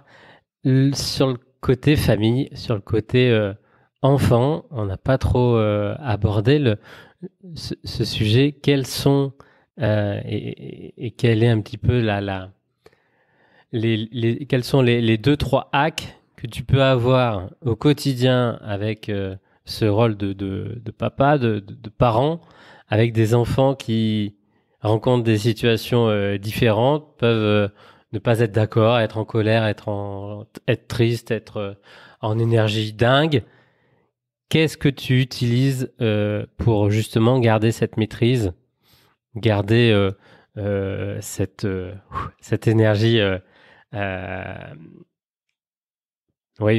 maîtrisée pour être là et faire passer le message, faire passer le, le, le rythme quotidien et familial, le ramener, on va dire, à une sérénité. Tout part de moi. C'est-à-dire que les échanges que je vais avoir avec mes enfants, avec Lucas et Robin, l'échange que je vais avoir avec Betty, l'échange que je vais avoir avec mes collaborateurs, le départ, il est moi. Donc la première chose, c'est déjà de s'observer. Comment je suis? Est-ce qu'en ce moment, je suis pas fatigué? Est-ce qu'en ce moment, je suis en pleine énergie? Est-ce que j'ai tendance à être focalisé sur les choses qui vont pas? Est-ce que j'ai tendance à être focalisé sur les choses qui vont? C'est le point de départ, tu vois. Et pour ça, et je me suis rendu compte que parfois, il n'y a pas besoin de 3 heures, 3 jours, 3 semaines pour pouvoir être serein individuellement et pour du coup avoir des rapports de qualité. Quand je sens que mes enfants ont un besoin que je sois présent alors que peut-être j'ai beaucoup d'activités, je leur dis ok, laissez-moi juste 1 heure et après, je vais venir avec vous, ça sera pas très long, je vais être avec vous juste 1/4 d'heure, 20 minutes, mais on va faire quelque chose ensemble qui va être juste waouh et je vais être à 100% avec vous. Tu vois, le but, c'est vraiment d'être dans la maîtrise de l'instant. C'est-à-dire que quand je suis dans mon job, je suis dans mon job. Quand je suis avec toi, je suis avec toi. Quand je suis avec les auditeurs, je suis avec les auditeurs. Quand je suis avec mes enfants, je suis avec mes enfants. Ça, c'est ma cible. C'est mon objectif ultime. Bien sûr que quand je suis avec mes enfants, il m'arrive de penser à mon job. Mais dès que je m'en aperçois, je reviens ici. Je dis ça, on verra après. Si c'est vraiment quelque chose qui me... Donc, je coupe les notifications. Tu me demandais des hacks. Je coupe les notifications. Dès que je me vois attiré par mon téléphone portable, je dis hop, stop, on verra ça tout à l'heure. Donc, souvent, je mets en mode avion. Et je m'observe beaucoup dans ma façon de parler, dans ma façon de les écouter. Et dès que je sens que je suis distrait par autre chose, par quelque chose que j'anticipe une situation future, etc., je reviens ici pour être pleinement présent avec eux. Tu vois, c'est un idéal de vie que je mets en place dans mon quotidien. En fait, la méthode puissance mentale, et c'est pour ça aussi que les gens apprécient, c'est que moi, je la mets en place tout le temps, tu vois. C'est-à-dire que quand j'ai mon fils qui est en énergie haute, alors énergie haute, ça ne veut pas forcément être dire qu'il fait la colère, mais ça peut être énergie haute, il a envie de bouger et tout ça. Je me dis, tiens, moi, est-ce que là, j'ai envie d'aller faire du trampoline avec lui? Est-ce que j'ai envie d'aller courir avec lui? Est-ce que j'ai la voix qui commence à railler? Tu vois, je m'observe là et je vois qu'après près d'1 heure, j'ai aussi... 1h30. Voilà, 1h30. Oui, c'est ça, 1h30, j'ai la voix qui commence. Mais c'est OK, tu vois, pas de souci par rapport à ça.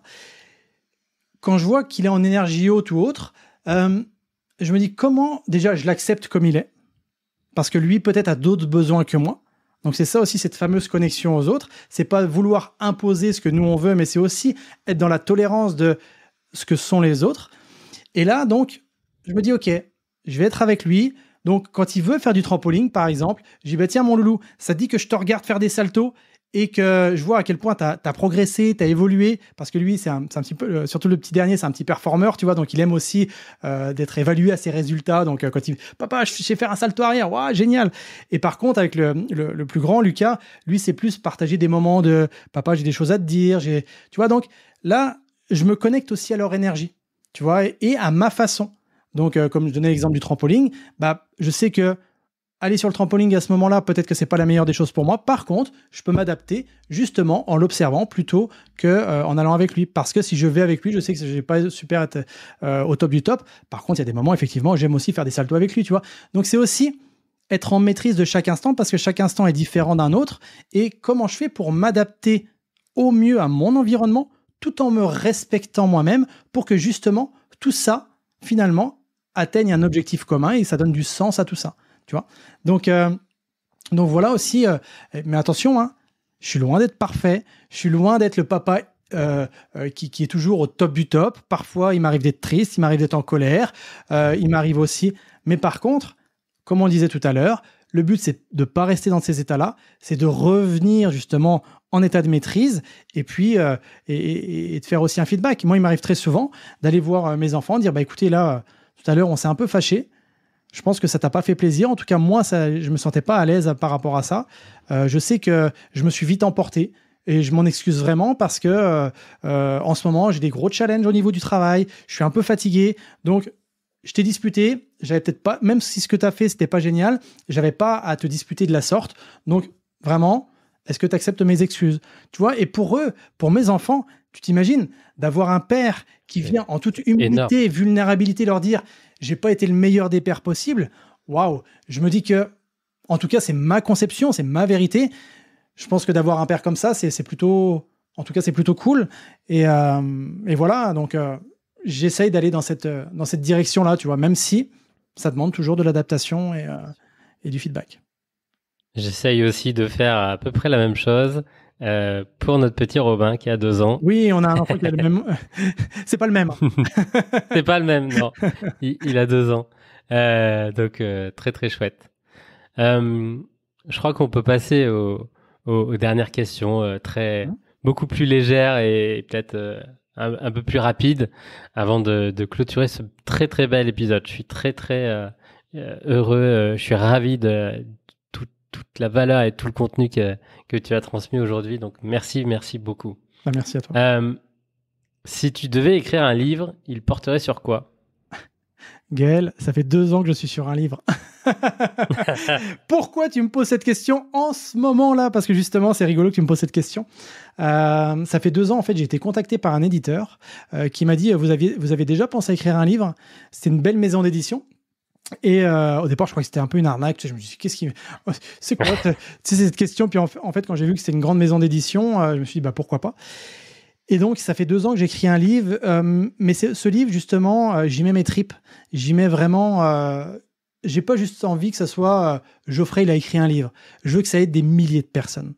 Donc, justement, ce livre, il a cet objectif de permettre aux personnes de retrouver du sens dans leur vie. Tu vois, qu'on soit en découverte de soi ou qu'on ait déjà fait un travail sur soi-même, c'est les personnes qui, aujourd'hui, sont un peu dans un brouillard, tu vois, ils se sentent un peu bloqués, ils savent qu'ils pourraient évoluer, mais ils savent pas trop comment. Et bien justement, ce livre-là, je suis en train de l'écrire, je suis en phase de relecture, donc c'est quelque chose qui va pas tarder à sortir. Puis après, on va rentrer en termes de négociation aussi avec l'éditeur. Mais c'est quelque chose qui, tu vois... À un moment donné, je voulais écrire un livre plus par je veux aider les gens. Donc, connexion pilier numéro 3. Mais je me suis dit, moi, qu'est-ce qui m'anime? De quelle façon je vais écrire ce livre? De quelle façon je veux écrire ce livre? J'ai toujours cette volonté que lorsque les gens me lisent, les gens m'entendent. C'est-à-dire que je m'exprime comme je m'exprime là. Évidemment, avec des tournures de phrases qui sont... Mais en tout cas, c'est pas de la grande littérature, parce que j'ai pas cette volonté-là. Mais je veux que ce manuel-là, ce support-là, en tout cas ce livre-là, transforme des vies. Tu vois, c'est cette réelle volonté-là.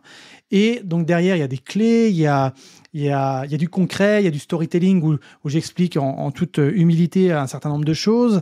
Et puis, voilà, donc je partage beaucoup de moments de ma vie aussi, mais en tout cas, quand je partage ces tranches de vie, je me dis comment ça peut aider les autres. C'est pas juste je raconte ma vie pour raconter ma vie, parce que ça, les tranches de vie, les personnes s'en foutent, tu vois, et il n'y a aucun intérêt. Mais par contre, c'est comment ça peut les aider, justement, dans leur évolution. Donc, ce livre-là, il a vraiment cette ambition-là d'aider les personnes à retrouver du sens dans leur vie. Et tu vois, ce qui est intéressant, c'est que même aujourd'hui, une personne qui fait un sport de haut niveau aurait intérêt à lire ce genre de livre, ou un entrepreneur, ou un dirigeant, ou peu importe le type de personne, parce que justement, quand tu retrouves du sens, tu vas te connecter réellement à ça pour aller en direction de ta mission, celle qui t'anime vraiment. Tu deviens extrêmement puissant, dans le sens où tout ce que tu dégages a un réel impact, et du coup, tu inspires énormément de personnes. Donc voilà pour le livre. D'ailleurs, peut-être que les gens, à l'heure où ils écoutent, il est peut-être en librairie.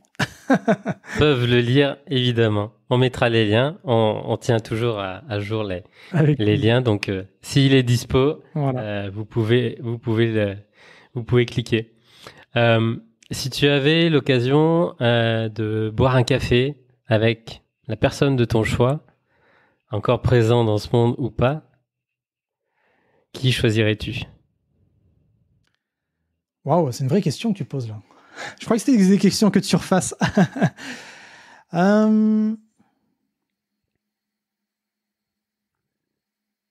le droit qu'il y ait une personne, c'est ça? C'est vraiment comme tu veux. Il y a déjà des personnes qui ont dit c'est une vraie table ronde, donc. Ah ouais, mais c'est ça en fait. En fonction de l'objectif, tu vois, j'irai voir déjà certains membres de ma famille que j'ai pas connus, en leur disant, dis-moi en plus, dis-moi en un peu plus sur toi. Qu'est-ce que tu as vécu? Tiens, tu as vécu la guerre, comment ça s'est passé? Qu'est-ce que tu as mis en place pour justement te sortir de ça? Qu'est-ce que tu as envie que moi, aujourd'hui, je garde de toi ton existence, en fait? Tu vois, ce genre de transmission. Donc, déjà, j'irai voir ce genre de personnes, donc tous mes arrière-grands-pères, enfin, parce que, tu sais, c'est rigolo, mais quand j'avais la chance d'avoir encore mes grands-parents, j'avais déjà cette dynamique en me disant, je sais qu'ils ne seront pas éternels, je leur pose toutes les questions que je dois leur poser pour avoir aucun regret. Tu vois, j'avais déjà cette vision à très long terme. Et après, j'irai voir, je pense, un gars comme Viktor Frankl, on parlait tout à l'heure, en lui disant, tiens, toi qui as vécu un truc vraiment très compliqué, si comme ça, on prenait une demi-heure de notre temps et que tu pouvais m'enseigner les choses, le secret de la vie, en fait, ça serait quoi? Pour toi, le secret de la vie, ça serait quoi? Comment faire pour que, justement, on termine cette vie-là en se disant je l'ai vécu de la meilleure façon qui soit. C'est toujours, encore une fois, d'utiliser le passé, les expériences des gens, leur éducation, ce qu'ils ont mis en place pour en tirer un apprentissage. C'est toujours cette culture du feedback, cette culture de l'apprentissage et cette culture de l'expérience plus que du savoir qui pour moi m'anime, et j'irai vraiment voir ce type de personnes. Donc j'irai voir des Viktor Frankl, des Gandhi, parce qu'il y a aussi tout ce qu'on peut voir en apparence et ce qu'ils ont réellement vécu dans leur quotidien. Tu vois, je pense que là, il y a une grande marche par rapport à ça. En face à face, de manière assez intime, c'est juste quelque chose d'encore plus fort. Exactement. Si tu pouvais découvrir une culture ou un pays, lequel choisirais-tu? L'Asie. J'aime beaucoup la philosophie. Philosophie. Ouais, la philosophie des personnes, voilà, de tout le continent asiatique. J'y suis jamais allé. J'aimerais vraiment y aller. J'aime en tout cas, j'ai des amis qui sont à Bali, tout ça, qui m'en parlent, d'autres qui ont vécu dans d'autres endroits aussi, mais ils me parlent beaucoup de cette sérénité, de cette gentillesse des personnes. Et c'est aussi le cas en Afrique, aux États-Unis, enfin en Amérique ou autre. Mais quelque chose qui m'attire dans aller voir des temples bouddhistes, tout ça. J'aimerais cette culture-là m'intéresse beaucoup. Et si j'ai la possibilité, c'est d'aller aussi dans d'autres pays, mais plus attiré par en premier lieu par ce genre de pays. Tu nous as partagé déjà deux, trois ressources. Je mettrai les liens dans la description. Si tu en avais une là que tu aimerais offrir au monde entier, si tu pouvais, ça serait un livre, un film, un artiste, une pièce de théâtre. Qu'est-ce que ça serait? Waouh! On a 4 heures pour que je réfléchisse ou... C'est vrai qu'on m'avait posé la question. D'ailleurs, quand j'étais intervenu sur scène de Martin Latulippe, c'est sur le panel où les gens posaient des questions. Et on nous a posé la question là, quel livre vous pourriez proposer? Et en fait, moi, j'ai un peu botté en touche en disant Martine à la ferme, tu sais, déjà pour décontracter un peu l'ambiance. Et puis après, j'ai posé la question, j'ai dit, mais en réalité, de quoi vous avez besoin, vous, là, aujourd'hui? Parce qu'en fonction de vos besoins, on pourrait vous conseiller différents types de livres. Mais moi, tu vois, si j'avais un livre comme ça qui m'a le plus aidé, j'ai envie de dire, c'est celui de John de Martini. John de Martini donc il parle beaucoup d'équilibre, vraiment de retrouver l'équilibre entre sur le fait qu'on a tendance parfois à idéaliser une situation, voir à quel point justement dans n'importe quelle situation on peut avoir autant du positif que du négatif. Donc c'est ce qui équilibre. Et finalement de toujours tirer un apprentissage de cette situation. Tu vois, j'en ai un à portée de main, c'était Vos richesses intérieures, voilà, de John de Martini. Et l'autre aussi, celui qui n'est plus édité d'ailleurs, celui-là m'avait beaucoup aidé.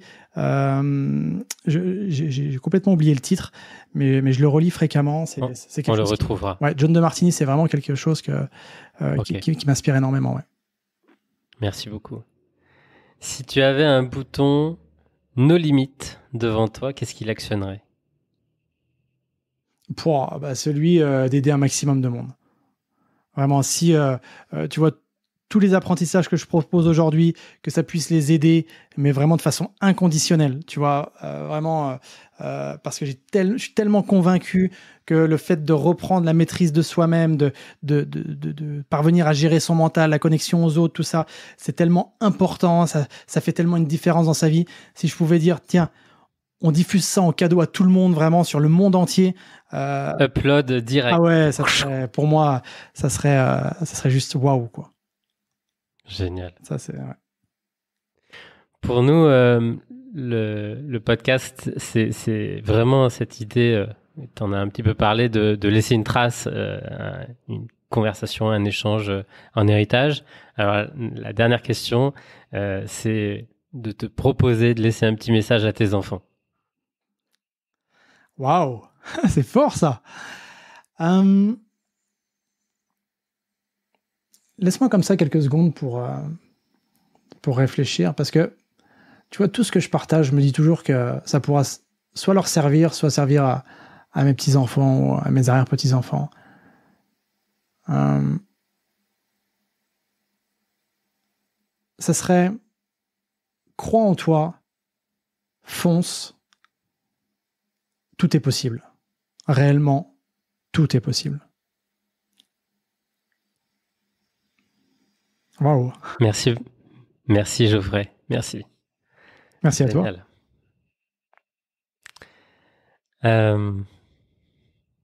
Très très bel échange, très très belle conversation, encore une fois. Elle est belle, On a beaucoup de chance sur Aventure Humaine. Là, il y a l'émotion qui monte. Bien vu. Merci. Et puis très heureux en tout cas d'avoir partagé comme ça près de 2 heures avec les gens. Et c'est toujours vraiment un plaisir, tu vois, Gaël, de donner un maximum de valeur dans peu importe le moment, peu importe le lieu. D'être soi pour aider un maximum et finalement pour diffuser ce bien-être, ce bonheur, parce que tout le monde a le droit au bonheur. Tout le monde.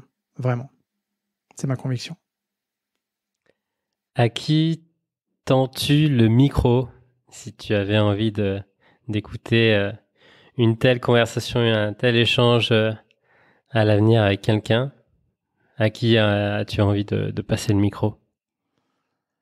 Quelqu'un qui m'a beaucoup inspiré, je ne sais pas si tu l'as déjà reçu là sur ton podcast, c'est quelqu'un, je sais que si je dis ça lui plaira pas, mais à qui je dois beaucoup. En tout cas, c'est quelqu'un qui m'a permis de croire en moi. C'est Paul Pironnet. C'était au départ mon formateur, aujourd'hui c'est un ami vraiment très intime de la famille. On a déjà passé des vacances ensemble, on se contacte très régulièrement. Donc c'est quelqu'un qui a un parcours de vie incroyable. Aujourd'hui, les gens le voient sur les réseaux. C'est un des piliers de la PNL, de la programmation neurolinguistique en France et dans la francophonie. Mais c'est quelqu'un qui humainement a un parcours juste incroyable, vraiment. Et ça pourrait faire un très très bel échange. Je ne sais pas si tu l'as déjà eu en... Non, je l'ai pas eu, je le connais un peu. Ouais. On a déjà discuté, mais non, je l'ai pas encore eu derrière le micro, non. Ok. Super.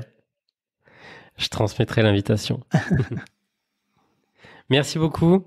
J'invite tout le monde à aller du coup se connecter à ton univers digital, parce que c'est un peu plus facile au début, et puis après à poursuivre surtout et à rentrer en conversation, en échange avec toi sur tous les réseaux sociaux, avec ton podcast, avec ta chaîne YouTube, avec tout ce que tu diffuses et tout ce que tu sèmes depuis un moment et encore pendant un long moment, je pense.